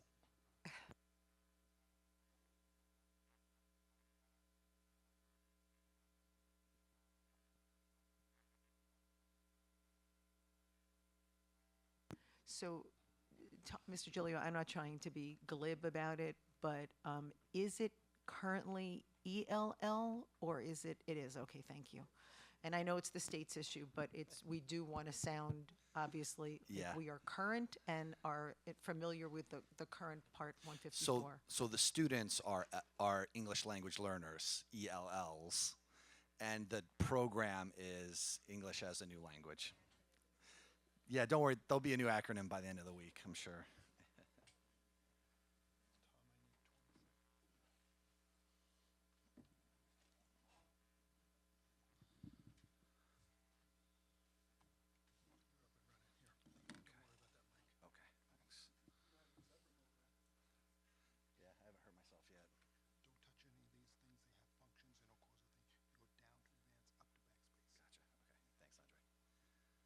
Okay, good evening. Thank you so much. Congratulations for our new board members and their terms. Thanks for our returning board members and your work, cabinet, and our audience.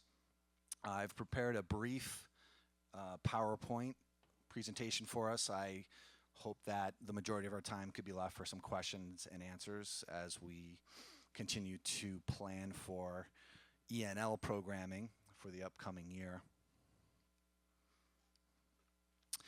As we take a look at my first slide, you know, the term literally, I think, is overused in our society a bit.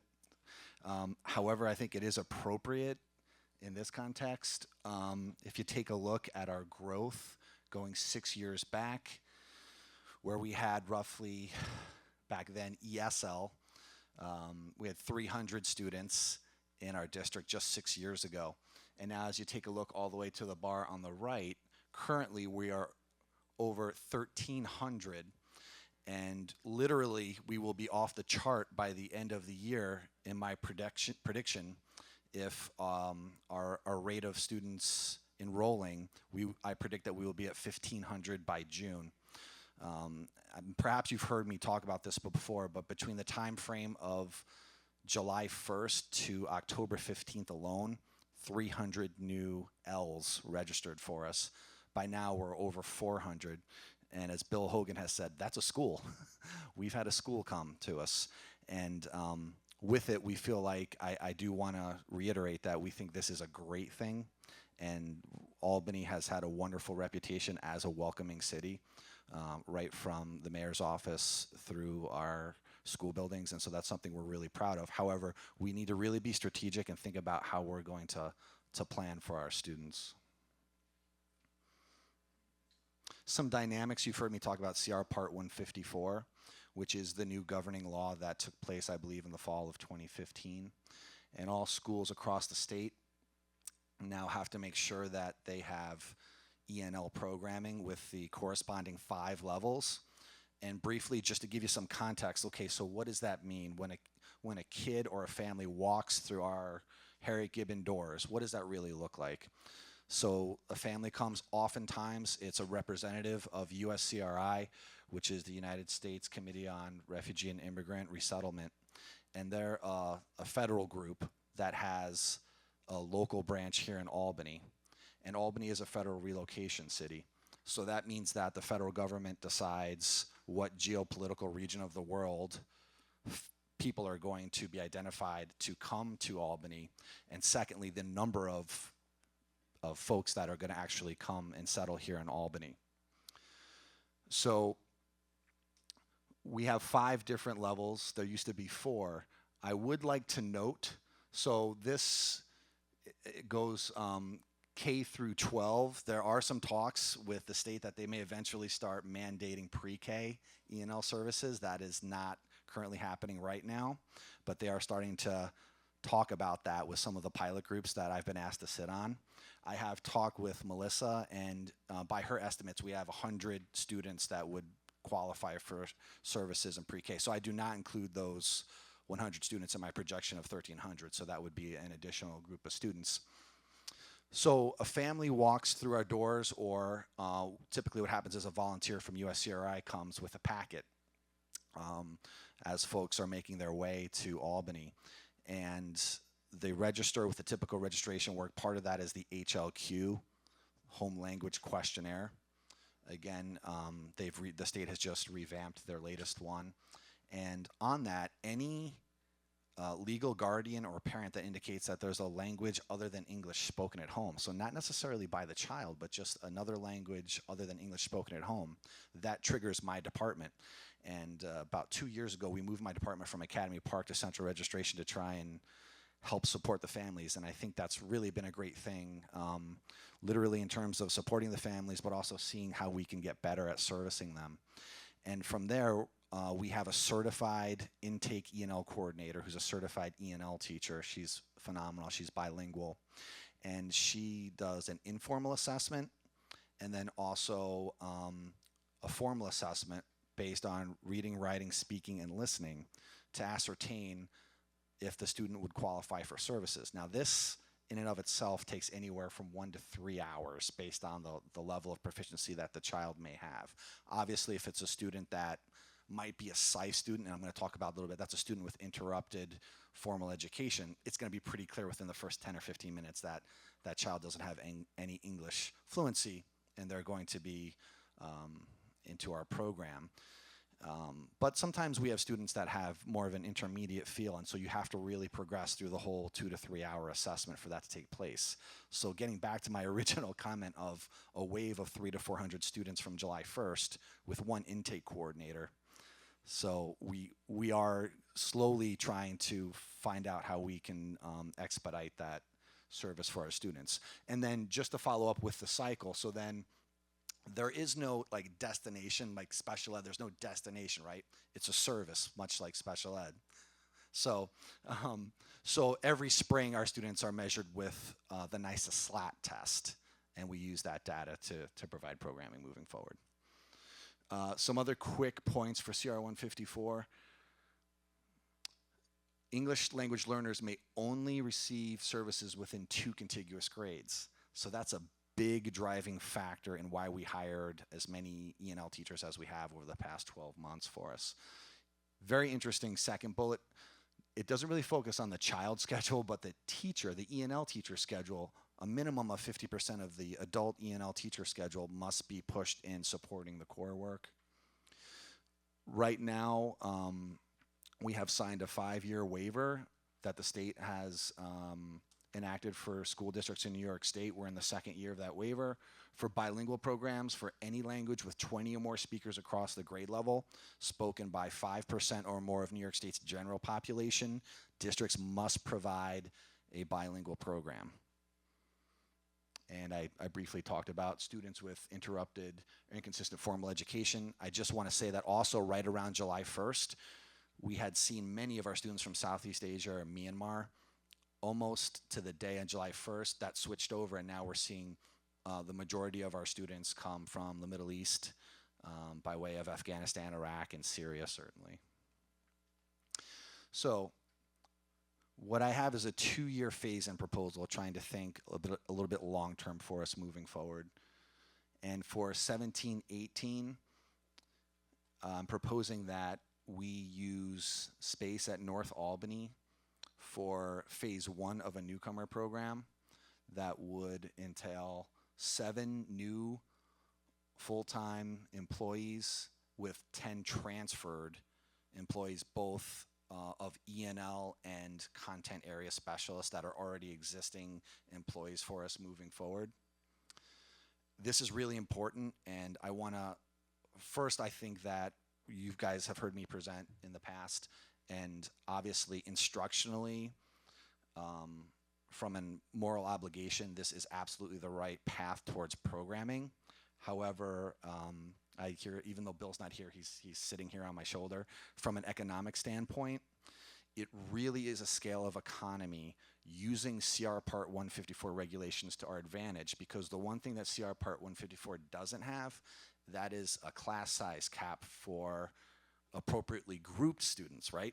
So what's happening for us right now, and I just was working with Marva McFarland today, our registrar, we have current class sizes, especially in the elementary buildings, where we're at 27, 28, and we're having to place more of our L's, English language learners, into the course setting, because remember, E&L is not a placement, it's a service for us. So we now are having to hire teaching assistants once we hit that magic number of 28, I believe, in elementary, and I think it's 24 in the secondary. So that's another scale of economy that's working against us as we continue with this antiquated system that we have. So also we talk about equity and what does that mean for the middle level programming, especially with the new addition of the new middle school. And one of the things that we really believe in is to make sure that no matter what school you go to, that you have all the right opportunities that other students have in middle schools. And to ensure that, we will need 3 new full-time E&L teachers for the new middle school program at 50 North Lark. So with our phase 2, we are approaching, if not we are the same size of the special education department, which has 3 full-time administrators, and I think that that is needed for that department. But getting back to the management of translation and interpretation services, to APPR evaluations, to programming for the 17 schools, I really think it's time for an assistant director. And then for phase 2 for the 18-19 school year, we would complete the newcomer program by adding grades 3, 4, and 5 at North Albany. Strategic planning. I talked about the need to build the administrative capacity for all the nuances with all the mandates that have to happen and accountability for the state for the assistant director. The newcomer program is not a luxury. It's not a feel-good program. It's a very rigorous, demanding program.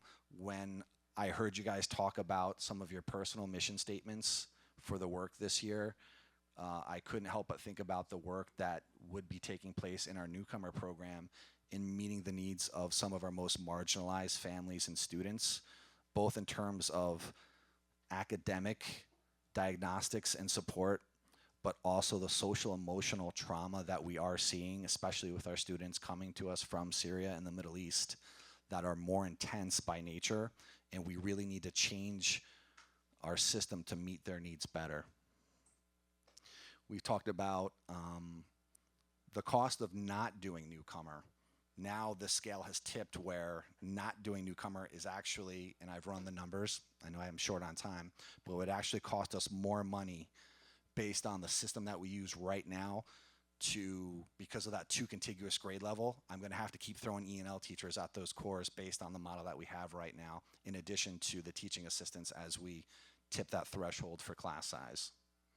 It is our fastest growing population, and we need to really be about it and not just talk about it for us. And I point the finger at myself in terms of having high standards for advocating and meeting the needs of every child.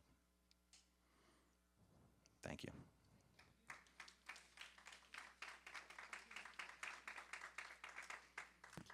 So we are going to go back to something that was started under my predecessor, Mr. Bruce. We are going to do one question at a time, but we're also going to go back to an old thing, which is going from the other side, we're going to alternate. So Mr. Bruce, we're going to start with you, please. And we'll do one question at a time, and then we are ahead of schedule, so we should be able to come back round again. Can I just say, as a way of introduction, I just want to remember that this is about budget implications in the ENLL program. Thank you, and I apologize at agenda setting. I said that we would shoulder that responsibility as well. So I'll explain that, especially with new board member and our returning, and for those who are here. At this time of year, when we're going into budget, the presentations that we're getting are not really sort of from the ground up, like what is ELL, what is ENL, what does it mean, what are the services we provide, although I certainly appreciate in the presentation it was actually thorough, even in its brevity. Instead, really the focus is, as we go into budget season, what programmatically, and we've done this for those who don't come every time we meet, we do this with all of the people who present, which is programmatically, what are you asking for in the budget season? Not what can we always give you, but what are you asking for? And it's up to the departments and for the program people to let us know what's mandated, what really is their wish list, and to have a sense then going into budget for the board to be a lot more educated over the last few years. It really has been by doing that. And again, I always like to take the opportunity to thank Mr. Bruce, Mr. Owens, who's no longer with us, and Ms. Savage for putting together the really reformulating how program presentations are done with an eye to that. So thank you so much, and we're not taking up any more of your time, Mr. Bruce. Thank you. So I'm going to assume that North Albany is being used because of the expectation that there'll be space available as we move the middle school. Okay. Yes. It's not. It has nothing to do with proximity of the ENL population. No, but I would like to note that we do get reimbursed up to 80% on the dollar for transportation from the state. And also the current reality for us right now is we may have one residence that has 6 siblings in it. And because of our population issues, I'm having to break up our families. So in other words, there could be 3 buses that go to the same residence every morning and every afternoon that take those same family members to 3 different elementary schools, simply because different grade levels have different capacity. Having the newcomer program, especially because we'd have a traditional elementary program for it, we'd be able to keep families together for those initial years when they come to us. Keeping them at North Albany. It'll Initially, it's and I do want to say it's a transitional, optional credit-bearing program that has a pathway towards graduation. So students would still have a BEDS code at their home school, and once they get up to an intermediate level, we'd get them back. But initially, we'd be able to keep those families together, as opposed to right now, they come to us in Albany, and then the families spread across the city. All right, and I have one other quick question. Your projections are based on what? The most recent analysis of the information? Or? Yep, in meeting with Jill Peckinpah, the director for USCRI, I'm also an active member on the Refugee Roundtable. And right now, just for context, no matter what the national political landscape is, we have millions of folks that are actually born and living in refugee camps. So once that happens, I have as much chance of being sent back to Syria as any of them.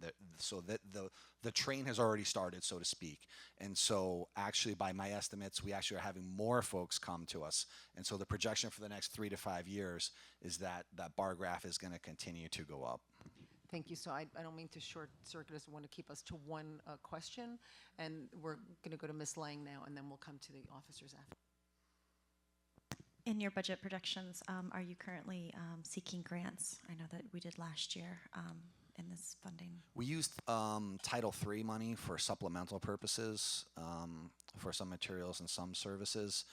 I do meet with Eileen Leffler, our grants administrator, on a monthly basis for different opportunities.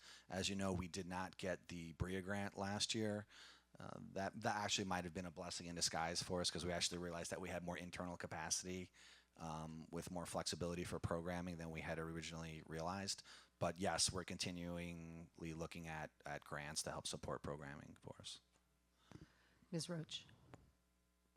It would be helpful. I'm not entirely understanding the numbers. It looks like under 2-year phase-in, the newcomer program would be 605,000, and then the ENL would be 246. And then in the following year, you've got the assistant director for ENL and refugee services, and then the newcomer program. But you'd still have the 600,000 expenses for the 6th through 12 program in 2018-19, right? Yes, they would. That program would be up and running. Okay, but in terms of phase 1 and looking at it in a 2-year phase, the initial cost would be 605,000 for the 6 through 12 program. And then the ENL program. Okay, And then the ENL program would be 3 full-time ENL teachers to support the new middle school program, separate from whether we do newcomer or not. That is a reality that we're going to have to service children at that new middle school program. Okay, so then the first year it would be about $850,000, and then the second year it would be, let's see, 800. I know, I'm adding million one. And when you say the cost of not implementing the newcomer program is $820,000, you mean net then? The net that if we don't do it, we're spending 1.6 on it, or if we. What I would mean is if we don't do newcomer, we'd have to hire a minimum of 10 additional ENL teachers. That's where I got that $820,000 figure to support the current structure that we have. Okay, so in other words, the additional net cost of the newcomer program, as you're proposing it, is maybe only $30,000 or $40,000 additional over what we were doing anyway, but it would provide superior services to this group of students, right? It would provide definitely Thank you so superior much. services and hopefully be a more efficient economic way to thank you. service. Mr. Chater. Actually, 2 sub-questions. One was to follow up on that grant. Do we know why we didn't get the grant? Was there no money, or did we get any feedback as to going forward when we apply? It's a grant that's awarded once every 5 years, and from what I've heard, we're still awaiting official feedback from the state, but it was awarded to the same Big 5 school districts. We're not New York City and we're not part of the Big 5, so we fall somewhere else, I guess. And so from what I heard from some folks that I've talked to was the folks that were awarded the grant 5 years ago were the same ones that were awarded the grant this last rendition. And to follow up on the same slide that is up there, from what I understand, it's about 82 grand for an FTE. So you have 7 FTEs because you have 7 grades. So it's 82 grand. Not necessarily for the newcomer program for phase 1. That would be 1 principal, 1 secretary. We would have 1 teacher that would be a standalone teacher for the 18 to 21-year-olds that are currently sitting in this building that come to us that don't have enough time or literacy skills to get a diploma, and then they age out at 21. There's a specialized program with its own curricula that we would have service these kids. That would include 1 new math teacher, 1 English teacher, and then 1 teacher that would teach math and science at the middle level, and 1 teacher that would teach ELA and social studies at the middle level for those 7 new FTEs.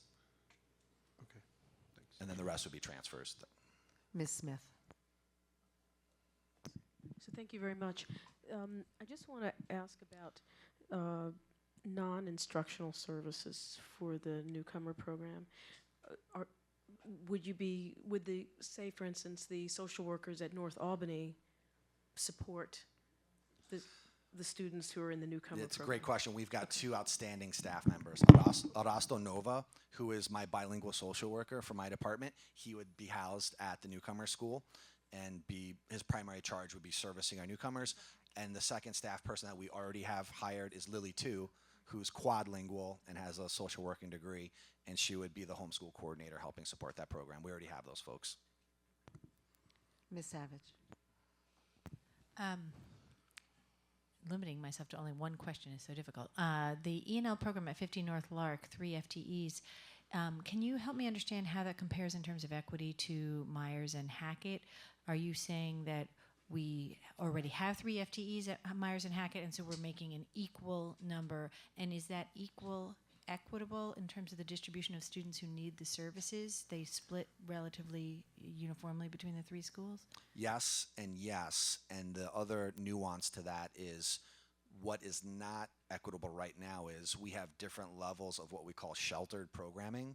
So actually Hackett is the furthest along at the middle level in terms of sheltered programming, meaning having a content area teacher specializing with just a group of L's with push-in from an E&L teacher supporting that content area. Myers, we're doing some piloting of it this year, and obviously we don't have the new school yet, but we would have to get that up so that we would have that same experience across the 3 schools. So the additional cost is it's a cost of our growing enrollment, not necessarily really a cost of adding that 3rd school. We would need those teachers. If by some miracle we could wedge more children into 50 North, into Hackett and Myers, those services are needed for those kids. Right. I think one of the decisions that Dr. Wilkinson, the cabinet, would make is if we were to have this new school, we would want to have it well-rounded in terms of diverse population, and we would want our L's to be at that program. I just want to interject that it's very important that 50 North Lark looks like the other 2 schools. So we do have to have an ENL program there. And Myers just got the 2nd teacher within the last 18 months. They were far behind. Third. Oh, there's a 3rd one now. Mm-hmm. Well, Yeah. Again, up until 18 months ago, there was 1 teacher with almost 50 plus students. So we're just catching on to the equity chain at the ENL. So we're going there. So my question is about the program document. You had already this year, you have given us an actual program form, the one that's sort of been followed that had the numbers and the data in there. So I'm going to go back and check that, because what I care about now moving forward is to make sure that in there it is really delineated exactly sort of what the questions were over on the side there by Ms. Roach, Ms. Lang, and I think what we're all sort of getting at, which is when we move forward in budget, to be able to know that the cost of what was in the budget last year for ENL programming and ELL students compared to what you're seeking now, and then the difference. Not because the money independently makes a difference, it's not sort of in isolation, context matters, but then that figure allows us to understand whether it's a smaller number, let's say, than the number of extra ELL students now we've gotten from last year. That speaks volumes on the efficiency, as you've spoken about. It makes it an easier way to explain, and especially as we go out lobbying and explain how we are doing tremendous efficiency work on servicing students the way they need to, and you're not wasting your money and helping the district really support the programming that is needed for the students that are coming here. So thank you. That was the sort of commenty explanation I wanted to give. How are we on time, Ms. Smith? We have now 7 minutes. All right, so I think Kenny and I think Mr. Bruce and Mr. Chitor had kind of gotten 2 questions in, so I'm going to just first check with Ms. Roach and Ms. Lang. Do you have any other a second question that you'd like to ask? I was thinking I had asked sort of 2 questions before. Well, too. then I I'll go felt back to we'll keep Mr. that, Bruce, but I'm and we'll set for now. start. We'll Thank go you. round again. Mr. Bruce, you're good. Okay, Mr. Chitor or Ms. Lang. Okay, so now I'm a little bit more confused. The 7 new FTAs are new FTAs in the newcomer school. They would not be pulled from our current ENL teachers within the other schools? Correct. So we would have 7 new hires and we would have 10 transfers. Okay. And currently, we would then be keeping some ENL teachers in the schools buildings. Right. Thank you. So what this would entail is I would redistrict As our at 40. 10. So we have 40 ENL teachers in the district. So we under this model, actually, we wouldn't have to hire any new ENL teachers for the newcomer program. We'd have to hire 3 for the new middle school. But what we would do is redistrict the ENL teachers because roughly about 150 or 175 students would be going to the newcomer program. So if we don't do a newcomer school, in the budget for us, you will ask for 7 new ENL full-time teachers because of the capacity of students we will have in the buildings. No, I'm going to ask for 10 new ENL teacher. I didn't put that slide up there because that is if we choose not to do newcomer, I still have to operate in the current system that we have with the 2 contiguous grade levels, and I'm going to need, by my estimates, 10 new ENL teachers just to support the existing structure. And that's where you were talking. Okay, so right now we need 10 new ENL students or teachers. If we don't do Or just newcomer. in general, right? Because right now we don't have this. I Right. mean, if it fails, we don't. So right now, we need 10 full-time ENL students. If we're able to do the newcomers program and transfer just 6 to 12, we'll only be hiring. I don't mean only, but 7 instead of that 10. Correct. Okay. But it's not, the 7 aren't straight up ENL teachers. There's Right. yeah. Okay, I got it. Okay, so that's where it is. And that would still keep our ratio. Best practice, there are nothing in the regs in terms of ratio, like special ed has 15-1-1. There are no ratios for ENL, however, best practice across the state is 25 students for 1 teacher. Even if we hired the 10 additional ENL teachers and didn't do newcomer, that would give us a ratio of 29 students for 1 ENL teacher, which is still a stretch. Take Shadar's question. How many students do you See, Ellen, let me just go around one more time, and do you have any more? Another one? I just wanted to clarify. It sounds like by having the newcomer program, we can educate our ENL students in smaller classes and also save us the expense of hiring 3 additional new teachers, which, as Mr. Chator said, at about $83,000 on average. So it's more than $250,000 in savings per year, plus additional, plus highly improved education for the ENLs. Yes. Thanks. Ms. Smith, what do you want to? Yeah, it's just a follow-up. It looks like there's 7 and 3, so it's still the same 10. They'd just be distributed differently, right? Well, I guess there's a couple different variables that we're mixing together. So no matter what happens, it sounds like we're going to have a new middle school, and with that, we're going to have ENL students at that middle school. So with that, we're going to need to program for them. Now, so that's one component of the phase-in. Whether we do newcomer or not, so if we do not do newcomer, under the current system that we have, we will need at least 10 additional ENL teachers to meet the need. Plus, yeah, that didn't include those 3. So, because that kind of is evolving for us. If we do the newcomer program, it is actually a more economic way. I don't want to think of kids in that term, but we're here talking about economics. So it's actually a more efficient economic way to service students in a more targeted way with less teachers. So is it 10 versus 13 or 7 It is. versus 10? That's what we're saying. We're saying 10 versus 13, right. for clarifying. And by the way, that's the way we have to speak about Sure. it. Not because we Yeah. consider students like Yeah, that, but I we live in understand. scarce resources, and we have to try to take care of as many students as we can. So, no harm. Ms. Smith. And so just So it's not if I can pejorative. follow up on that. So what that also means for us is, it's an evolving process for us, right? So even when we're all set in September, I get 40 kids a month, and I have to place those kids no matter what program we have. With the newcomer model, there is no cap for us because those kids are going to be at one of those 5 levels that I showed you, and they're going to have the right supports. So it would be completely appropriate for me to have 30 kids in a classroom because they would be the exact same ability level and I'd have the right staff. So as the kids kept coming throughout the year, it wouldn't be me calling up principals trying to figure out how I'm going to split families. It would be completely controlled and logical in terms of where those students are going to go. And that doesn't necessarily fall in a spreadsheet, but that's the reality of our families. And I just really wanted to illustrate that. Thank you. Ms. Smith? Yes, and I think I get this. So newcomer program it's almost like a school within a school, would you say? Yeah. And so the kinds of things like field trips or athletics, how do those things work?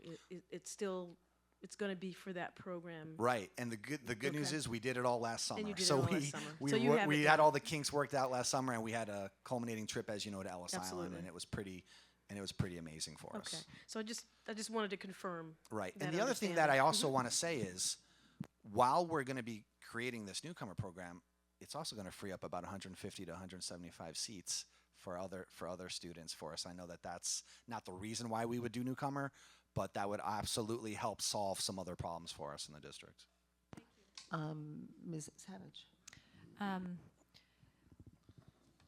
English language, you've mentioned a couple times these 2 contiguous years, and my question to you is that pedagogically sound? Is that a good thing, or are we doing it for compliance reason? And I ask so that my friends who go to government affairs land, is that something we should be lobbying for a change to, or is this actually a good thing? So I'll tell you why I think it happened and what I think. I think it happened because there were districts across the state that were just having one E&L teacher for K through 8, and it was not a great reality for those kids. So we kind of got a little bit overregulated in a sense, and it was mandated, no, you can only do 2 contiguous grades because that's going to have to be the focus for the academic target. Well, we do have some students that actually they could be in 6th grade and the other student could be in 2nd grade, and they could have similar literacy skills, and it probably could be appropriate to have them together with the right progress monitoring. So the reality is, I think the more freedom that my teachers have to be professionals and play students and treat them, I think that I want that. However, I do know that some districts unfortunately really abuse that, and kids really lost out. So we're out of time, but Ms. Lang, I'm more than happy to move to extend 5 minutes because no other questions. So why people have more questions, and now I'm glad Ms. Lang didn't take your question. You've got your own question. So can I get a motion to extend time? We are ahead of schedule. If you wanted to do more than 5 minutes, it looks like we probably, how many? 1, 2, we probably should go with 10. Motion to extend for 10 minutes. Mr. Chator, second by Ms. Smith, all in favor. I'm still hung up on that slide. So. And wait a second. Wait. I have to tell Ms. I know you. So that was unanimous. And one quick thing I just wanted to mention too is I think probably the state mandate was because not for the districts that are doing the right thing, but for the districts that are taking entire swaths of people not speaking the language and warehousing them, right? Absolutely. So, I thought you said the opposite. I thought you were. Oh, that's what I meant if I misspoke. Well, there you go. I wasted time. So now we can start the clock. Mr. Chator. I just want to clarify something. So if we don't do a newcomer program, you need minimum 10 new FTEs. Plus with the new middle school, the 3 additions. Right. No, I'm just talking just the newcomer. Right. But this way, you're getting 7 in year 1 and 3 in year 2. So you're still getting 10. You're just differing the 3 of them to the 7 Right. I'm year. just breaking up the cost over 2 years. Mr. Bruce. So you mentioned classes of 30. Are there state limitations, and how does that impact our board goals for class size? There actually is no cap. And as a matter of fact, best practice, we went out 2 years ago and visited Rochester City Schools, which was actually deemed, I think, Angelica Infante went out there and was quoted in the Rochester newspaper saying this is the model for L programming moving forward. And those classrooms, met with the principal, we stayed there for 2 days. It was really, really professionally life-altering to see it in person. And they had class sizes of 30 kids in there, and it ran like a well-oiled machine because it was very targeted for one of those 5 levels of literacy for those kids. And of course, they had a pathway towards graduation. There was another school district in the state that did not they called it a newcomer program, but they did not have a pathway for credit-bearing graduation, and there's some litigation for that. So I always like to go out of my way to say that the Rochester model is the model that I based it on. So I don't have any background, but what's the, do we have a policy policy? says in general, this is for 7 through 12, which is what it sounds like we'd be on here primarily. phase one. Right, for phase 1. In general, class sizes among the higher instructional levels may be greater than average, which is 25. While in grades 7 through 12, every effort should be made to schedule classes not to exceed 30 students. So we're still within the realm. And also it was worded by every effort should be made, so it's not a shall and it's not ironclad. Ms. Lang? How many children do you anticipate the first phase? So for phase 1, 6 through 12, I anticipate that we could service 175 students.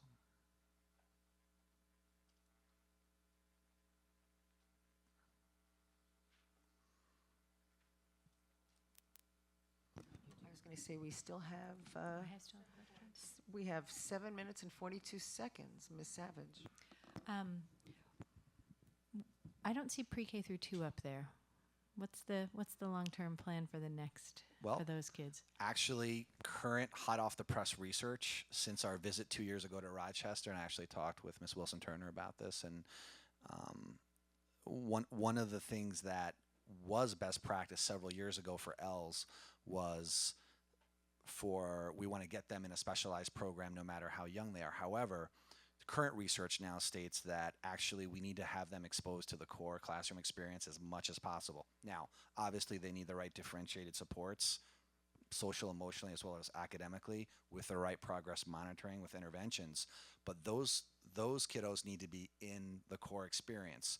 So that's why we are starting in 3rd grade, because once you start to get to the middle elementary level, then you're starting to read to learn versus learning to read. And in we're that sense. staffed to provide the proper supports pre-K through 2, or at least K through 2 already. There's not additional cost for the increasing numbers at the K through 2 levels. Well, no, and again, it's the scale of depending on what model we go for. If we don't do newcomer, then some of those the new teachers would have to go in to support the K through 2. But of course, it's not broken up that way. I have to break it up by building because, and by the way, we did a great job this year. I think I only have 1 or 2 of my 40 teachers splitting any buildings. So we are saving thousands and thousands of travel time. Whereas before, we would, okay, 0.2 here, 0.8 there, and it wasn't good for the kids, the teachers, or our pocketbook. So we have done a much better job with that. But one of the advantages of using North Albany is that we'll be able to keep families together, especially when you have younger ones in that K1-2 realm, because they can stay right at North Albany. We can keep the families together.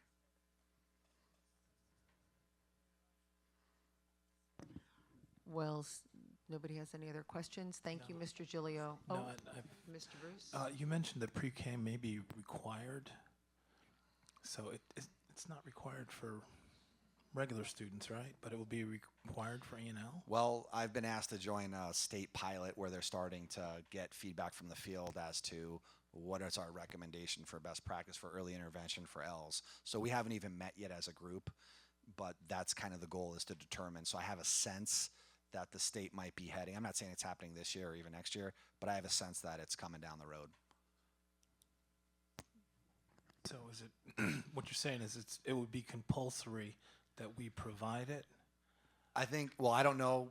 I don't think the state has figured out how they're going to write it. I think that it would be something to the effect of, if we do have those students enrolled in a program, that we would have to provide E&L services. Okay, got it. Thank you. Yeah.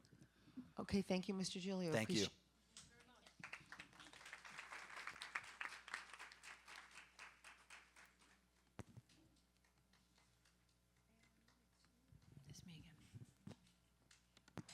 We are up to the discussion of policy 1230, which is the public participation at board meetings. Ms. Savage.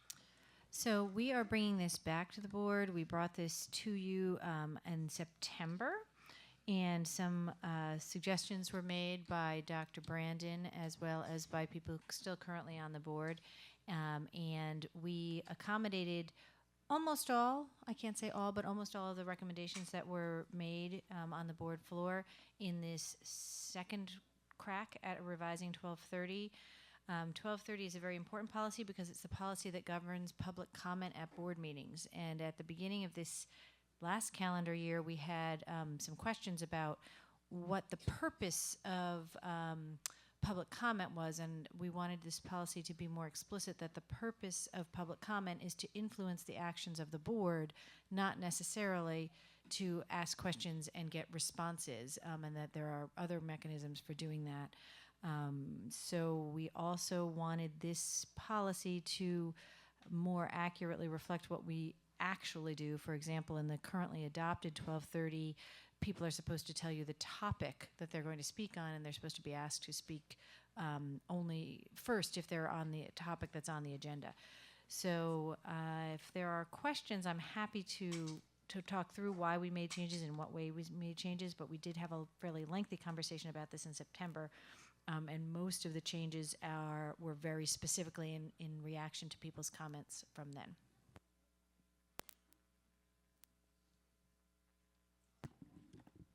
Mr. Bruce. I'm just quickly reviewing it, but do we have something with regards to transferring time? It wasn't. It's very specific in here that anyone, and I'll find it, but your time is your time, and you may not give the time to anyone else. It's in about the middle of the page. Each speaker may speak only once during each board meeting and for no more than 3 minutes. If a speaker chooses not to use some or all of their allotted time, the speaker forfeits the remaining time and may not give their time to another speaker. And the one that Andre's got up is the currently adopted one. To see the one that we're suggesting, we need to find the one that's labeled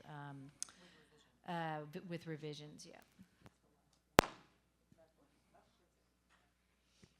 Okay, thank you.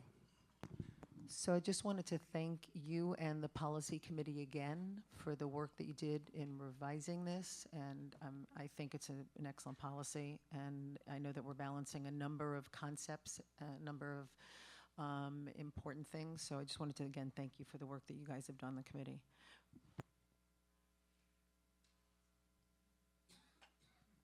So we will not be voting on this tonight. This is our policy on policies requires that we have to first discuss the policy and then we act on it in the next meeting. So we can have any additional discussion, but there will not be a vote tonight. Okay, moving right along. We are on to 15 board committee reports. Are we gonna, oops, it's on. Are we going to discuss the, Oh, I'm sorry, I apologize. I didn't think, is anybody else interested in any comments? I just didn't see anybody, I apologize. yeah, I just wanted to say that I think it's been excellently revised. Thanks for the revisions. I think it's gonna do a better job by more accurately reflecting what our actual practice is, such as not listing topics, not having people speak in a certain order, and also provides a little more clarification of those unusual circumstances like people trying to cede their time to each other that we've encountered. So thank you very much. I think this is going to be helpful for everyone. Okay, moving along, board committee reports. Did anybody meet? I know it was the holidays, so I wasn't sure if between December and now there were any board committee meetings. Okay, well, seeing none, we are now on to board member items. Well, none of those. Other business items? Okay, so I will be quick. This is just some housekeeping so you can know about some emails that'll come out now. So most of us have been on the board before, but if this is not just for Mr. Chatur, but as a reminder, what I will do is I'll talk to Ms. Tibbetts, and then the usual email will go out to find out from people which committees would you like to serve on. Maybe you want to stay on the committee you're on, maybe you want to leave it, you want a change of pace, maybe somebody's dying to be on the committee that there's no openings for, and we'll figure all that out. The other is also liaison schools. Obviously, what will happen is we'll generate for you, it's on the web anyway, but an email will go out saying, here's your liaison schools, here's the committees you're on, and if there's any preferences of anything you want to do, then you'll just let us know and we'll figure it out. And then the next thing is you'll be seeing a doodle poll come out because we have so many meetings. So probably will shoot for February, though we'll always hope for January. But the first thing would be is for a board retreat. And the board retreat would be for some of the important things like communication plan and other things that we have talked about putting on or what we will discuss. But that's what the doodle poll will be so that we can hit the ground running. And I think that that is probably it. Oh, one more quick thing, sorry, which is not an officer comment. So back at a time when no one, because Rose was the only other person on the board then with me, back about 5 years ago, could have been 4, but 4 or 5 years ago, the board unanimously adopted, it wasn't a formal resolution that was written, it was a motion, and it was unanimously adopted to have at Albany High School, or to have in the district, a community service, and I use the word in quotes loosely, requirement. It was unanimous, and the discussion was that it was not given some of the challenges that some of our students have, was not supposed to be in any way an impediment, a new bar put up for graduation, but instead was supposed to be, the intention behind it was that we are probably one of the only schools in the Capital District that does not have a community service requirement or a community service component that students will say are strongly urged to incorporate into their time as a student. And one of the things that was discussed then was also the fact that some students who may face some of the greatest challenges may in fact need the ability to see themselves as being not just a functioning member of a community, but a human being with a great deal to share, and with others, that others could learn from, that they can give to, and it is something that I felt very, very strongly about, and we did pass it, like I said, unanimously. I bring that up because it is not at the high school, and I don't say that in any kind of fault way. There were so many transitions, so many changes at the district, so many changes at the high school. There were things at the district level, because it was done here at a public meeting, that just never made it out into the field. So I just want everyone on the board who may not have either been at a meeting when that happened to know that in fact it was done. Now maybe what we need to do, and we can talk about it at the next board meeting, or I'll ask Anne, who's so versed, and Vicki in terms of policy, to think about it.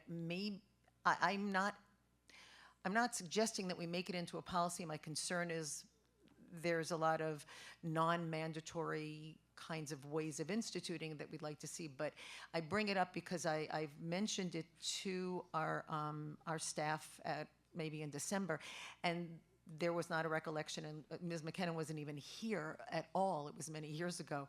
But what we'll do is we'll look to having it be something that staff visits, and we'll find it in the minutes, even though it was definitely done, but it's in old minutes, and the goal being that this was a desire of the board, unless a majority of the board now decides, no, heck, we hate that, we don't think it's a great idea, we can, that's always how democracy works, but I still strongly believe in it.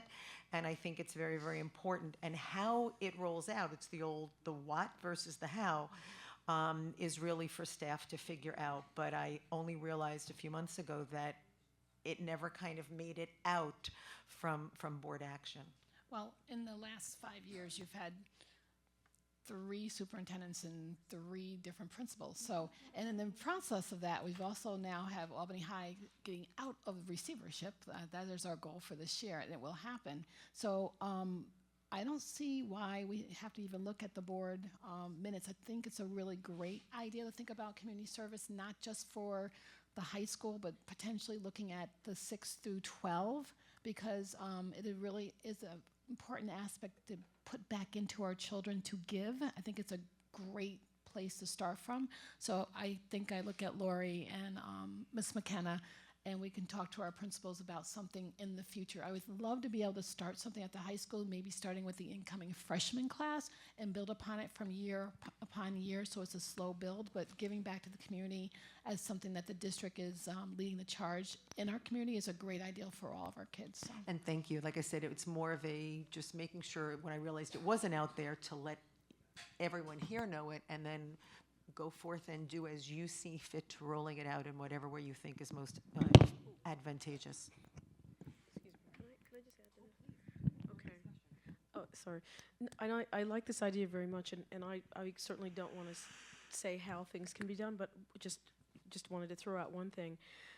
I know that when my daughter has traveled, whether it's been, in this state or abroad, there's always been a community service component of giving back. And so I think about that in terms of the field trips that kids go on, and what could happen, as a group doing that. And I don't know that, so I just, sorry. Oh, no, just so you know, the Costa Rica trip is digging wells usually, or water projects, or other things, or it's some environmental thing for some village, and I don't mean to make it sound. I didn't know if it was all of them, but I'm just, there's, where we can build it in, I think that's a great idea. I did have a quick comment, just kind of segueing off that, because your comment reminded me of something that I think we can and should do as a board as we reconvene this year, and in a way that would encourage a high school student to become a more active citizen. We've not really had a student member on the board. Ms. Tibbetts, yes, I think recently we heard there was a member somewhere, a student member. Thank you, Ellen, for bringing that up so it can be discussed. We should have our student representative on the 19th. Oh, wonderful. Thank you so much. So in terms of other business, I think we're going to try and put this formally on the agenda going forward, but I do want to make sure to keep people abreast on the superintendent search, where we are in the process of selecting a permanent superintendent. Several people mentioned, including Dr. Wilkins and Ms. Roach, that we are having an extensive community process in January that consists of a number of focus groups, which have been invitations for which have gone out, with many thanks to Paula Tibbetts, who helped us get those out during the mad rush of the end of the December timeframe. There is also interviews are going out to individual people who are strong representatives, either elected or for some other reason as head of organizations. They will be interviewed individually. And as was mentioned, we are having a public meeting for people to give their feedback on the kind of permanent superintendent they'd like to see. That's all happening in January. The other thing that's happening is that there will be ads in national and statewide trade magazines that superintendents tend to look at. Those should be out mostly towards the end of January and February. And the application deadline for superintendent candidates who would like to apply is March 31st. So this is not a process that's going to sort of drift along for months and months and months. March 31st is only a few months from now, and that is when the deadline is. Can I do my other business right now?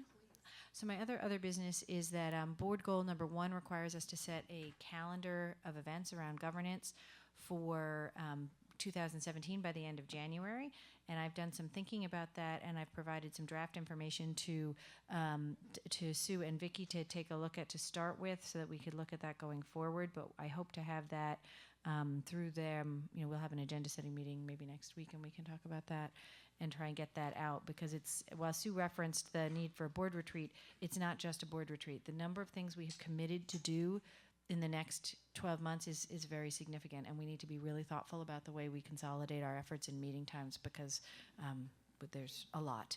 And that's it. Ms. Lang. I just have one. I wanted to talk about, or somehow get a sense of field trips in the district with on buildings, principals, or I know that there's been some talk about curriculum for 4th grade, across the board. But I was wondering if we know our buildings, are all children going on field trips? Do they usually have 1? Do they have 2? Is it dependent on PTA? Is it dependent on funds? I guess I just don't really understand the difference of field trip. I was going to say, even though we're passive, would you like to have a board member? We have a very scant list, so it would a board member item, because it sounds like we want staff to actually, and it's a good thing, because it hasn't been done in a really long time. The last time we discussed it, it had to do with illegal, the the state issues on that. So Well, why don't we do that? I have 3 children in elementary, and they've yet to be on a field trip this year. Right, And so why don't, okay, so I would vote for it. So would you like a board member item? And I'm saying board member item for field trips, district field trips, and any. Right, it doesn't have to be a presentation, but hello, anybody else? So 1, 2, 3, 4, 5. Okay, so we definitely have it. And then just so you know, it's not going to hang out on the ether because we have really gone through that whole list, and I don't think there's really much left on there that hasn't come on. So anyway, terrific. We will get that done.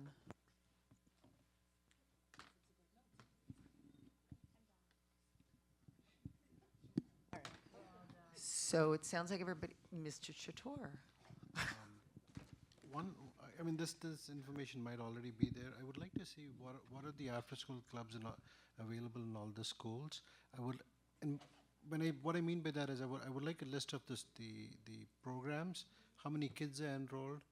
What's the cost? So I'm going to have you look at me when you say that because you haven't been oriented yet by the board. This is our piece of it, which is board member items. And the way it works is, since we have an extra few minutes, is anything that's not sort of a push of a button that staff can just sort of push is what we consider a board member item, meaning that we've never really discussed this, even though there's no public left except Keith and Mark.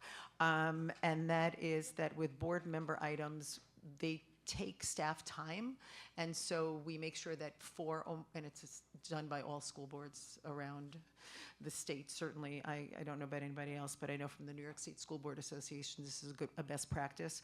And so what we do is make sure at least a majority of the board, in our case 4, want to sign on for that, and because it requires a certain amount of staff time. And then it goes on, we have a board member item agenda list, which is a public document and actually is going to come out before the next board meeting, probably updated. And it has very little left on it because we've been really good about getting stuff through there. And then what staff does is they go back and they figure out, how long will it take us to do? I mean, Anne had a very big topic. It was not as big a topic as it turned out to be in the sense of how long it took, but it had to do with playground equity across the district. We got a wonderful report on it. It's a huge binder that you'll get a copy of, a very large loose leaf binder. But that's how it will work.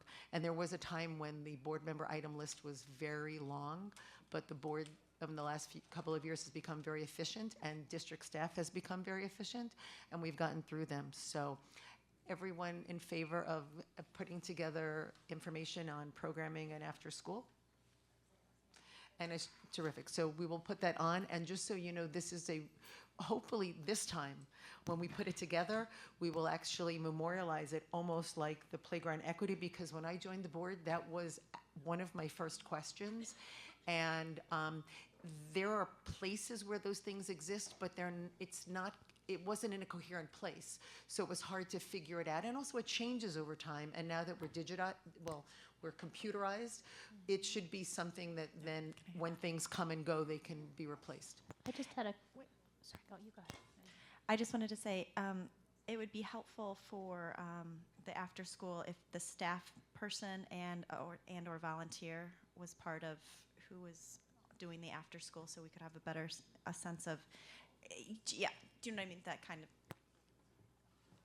I just wanted to clarify, when you say after-school programs, whether you mean exclusively extracurricular programs or extracurricular programs in addition to the aftercare programs at the elementary school. Because, I mean, if it's available, I'd like to see information on both. Yes.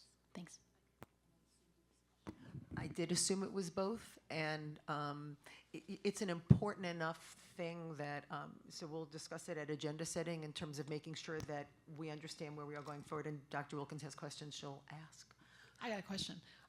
Karen Buckdahl, didn't we do after-school programming? We did a presentation in regards to what we have currently, especially at the K-6 for after-school. I'm looking at Cecily and That was on our after-school programming that's like aftercare. Right. I think the question here is more like after-school clubs. No, I think it's everything. It's not just the clubs. He wants to know programming that's contractual as well as what is being volunteered and what the school's providing. You want the whole kit and caboodle of what, if I'm at school A, what is after school at school A, whether it's with a teacher, parent coming in, PTA, contractual, and I'm just looking at staff to think that I thought we had something of that, or maybe We didn't have a presentation, but we had, the presentation was around the Y and the Boys and Girls Club, Right. those. So, but we, you know, what you're looking for, and to Mrs. Adler's point about the come and go of some of the clubs, because sometimes they're up and running for 6 weeks and then it's over and it ends. But with the websites, we should be able to keep up with that. So let me go back to our after-school coordinator and see if she has a list of the clubs that are in place, if you would like to see those in a board update. Like I said, it doesn't have to be a presentation, and also we can talk at agenda setting, because again, it's a board member item, so it shouldn't be now, we just got back from vacation and you're, you know, Yeah. doing it in a day and a half. It may, and then we'll look to you, as we always do, as to what the best vehicle for giving it to us. What I mean by that is, school by school, or is it, you know, elementary, middle, and high school? You are the ones, when we tell you this is sort of what we want, you figure out what is the most effective way for you to be able to put it together, and approximately, you know, how long that would take, and it can be in an SBU without question. Okay. Thank you. Great. Can I get a motion to adjourn? Then so be it.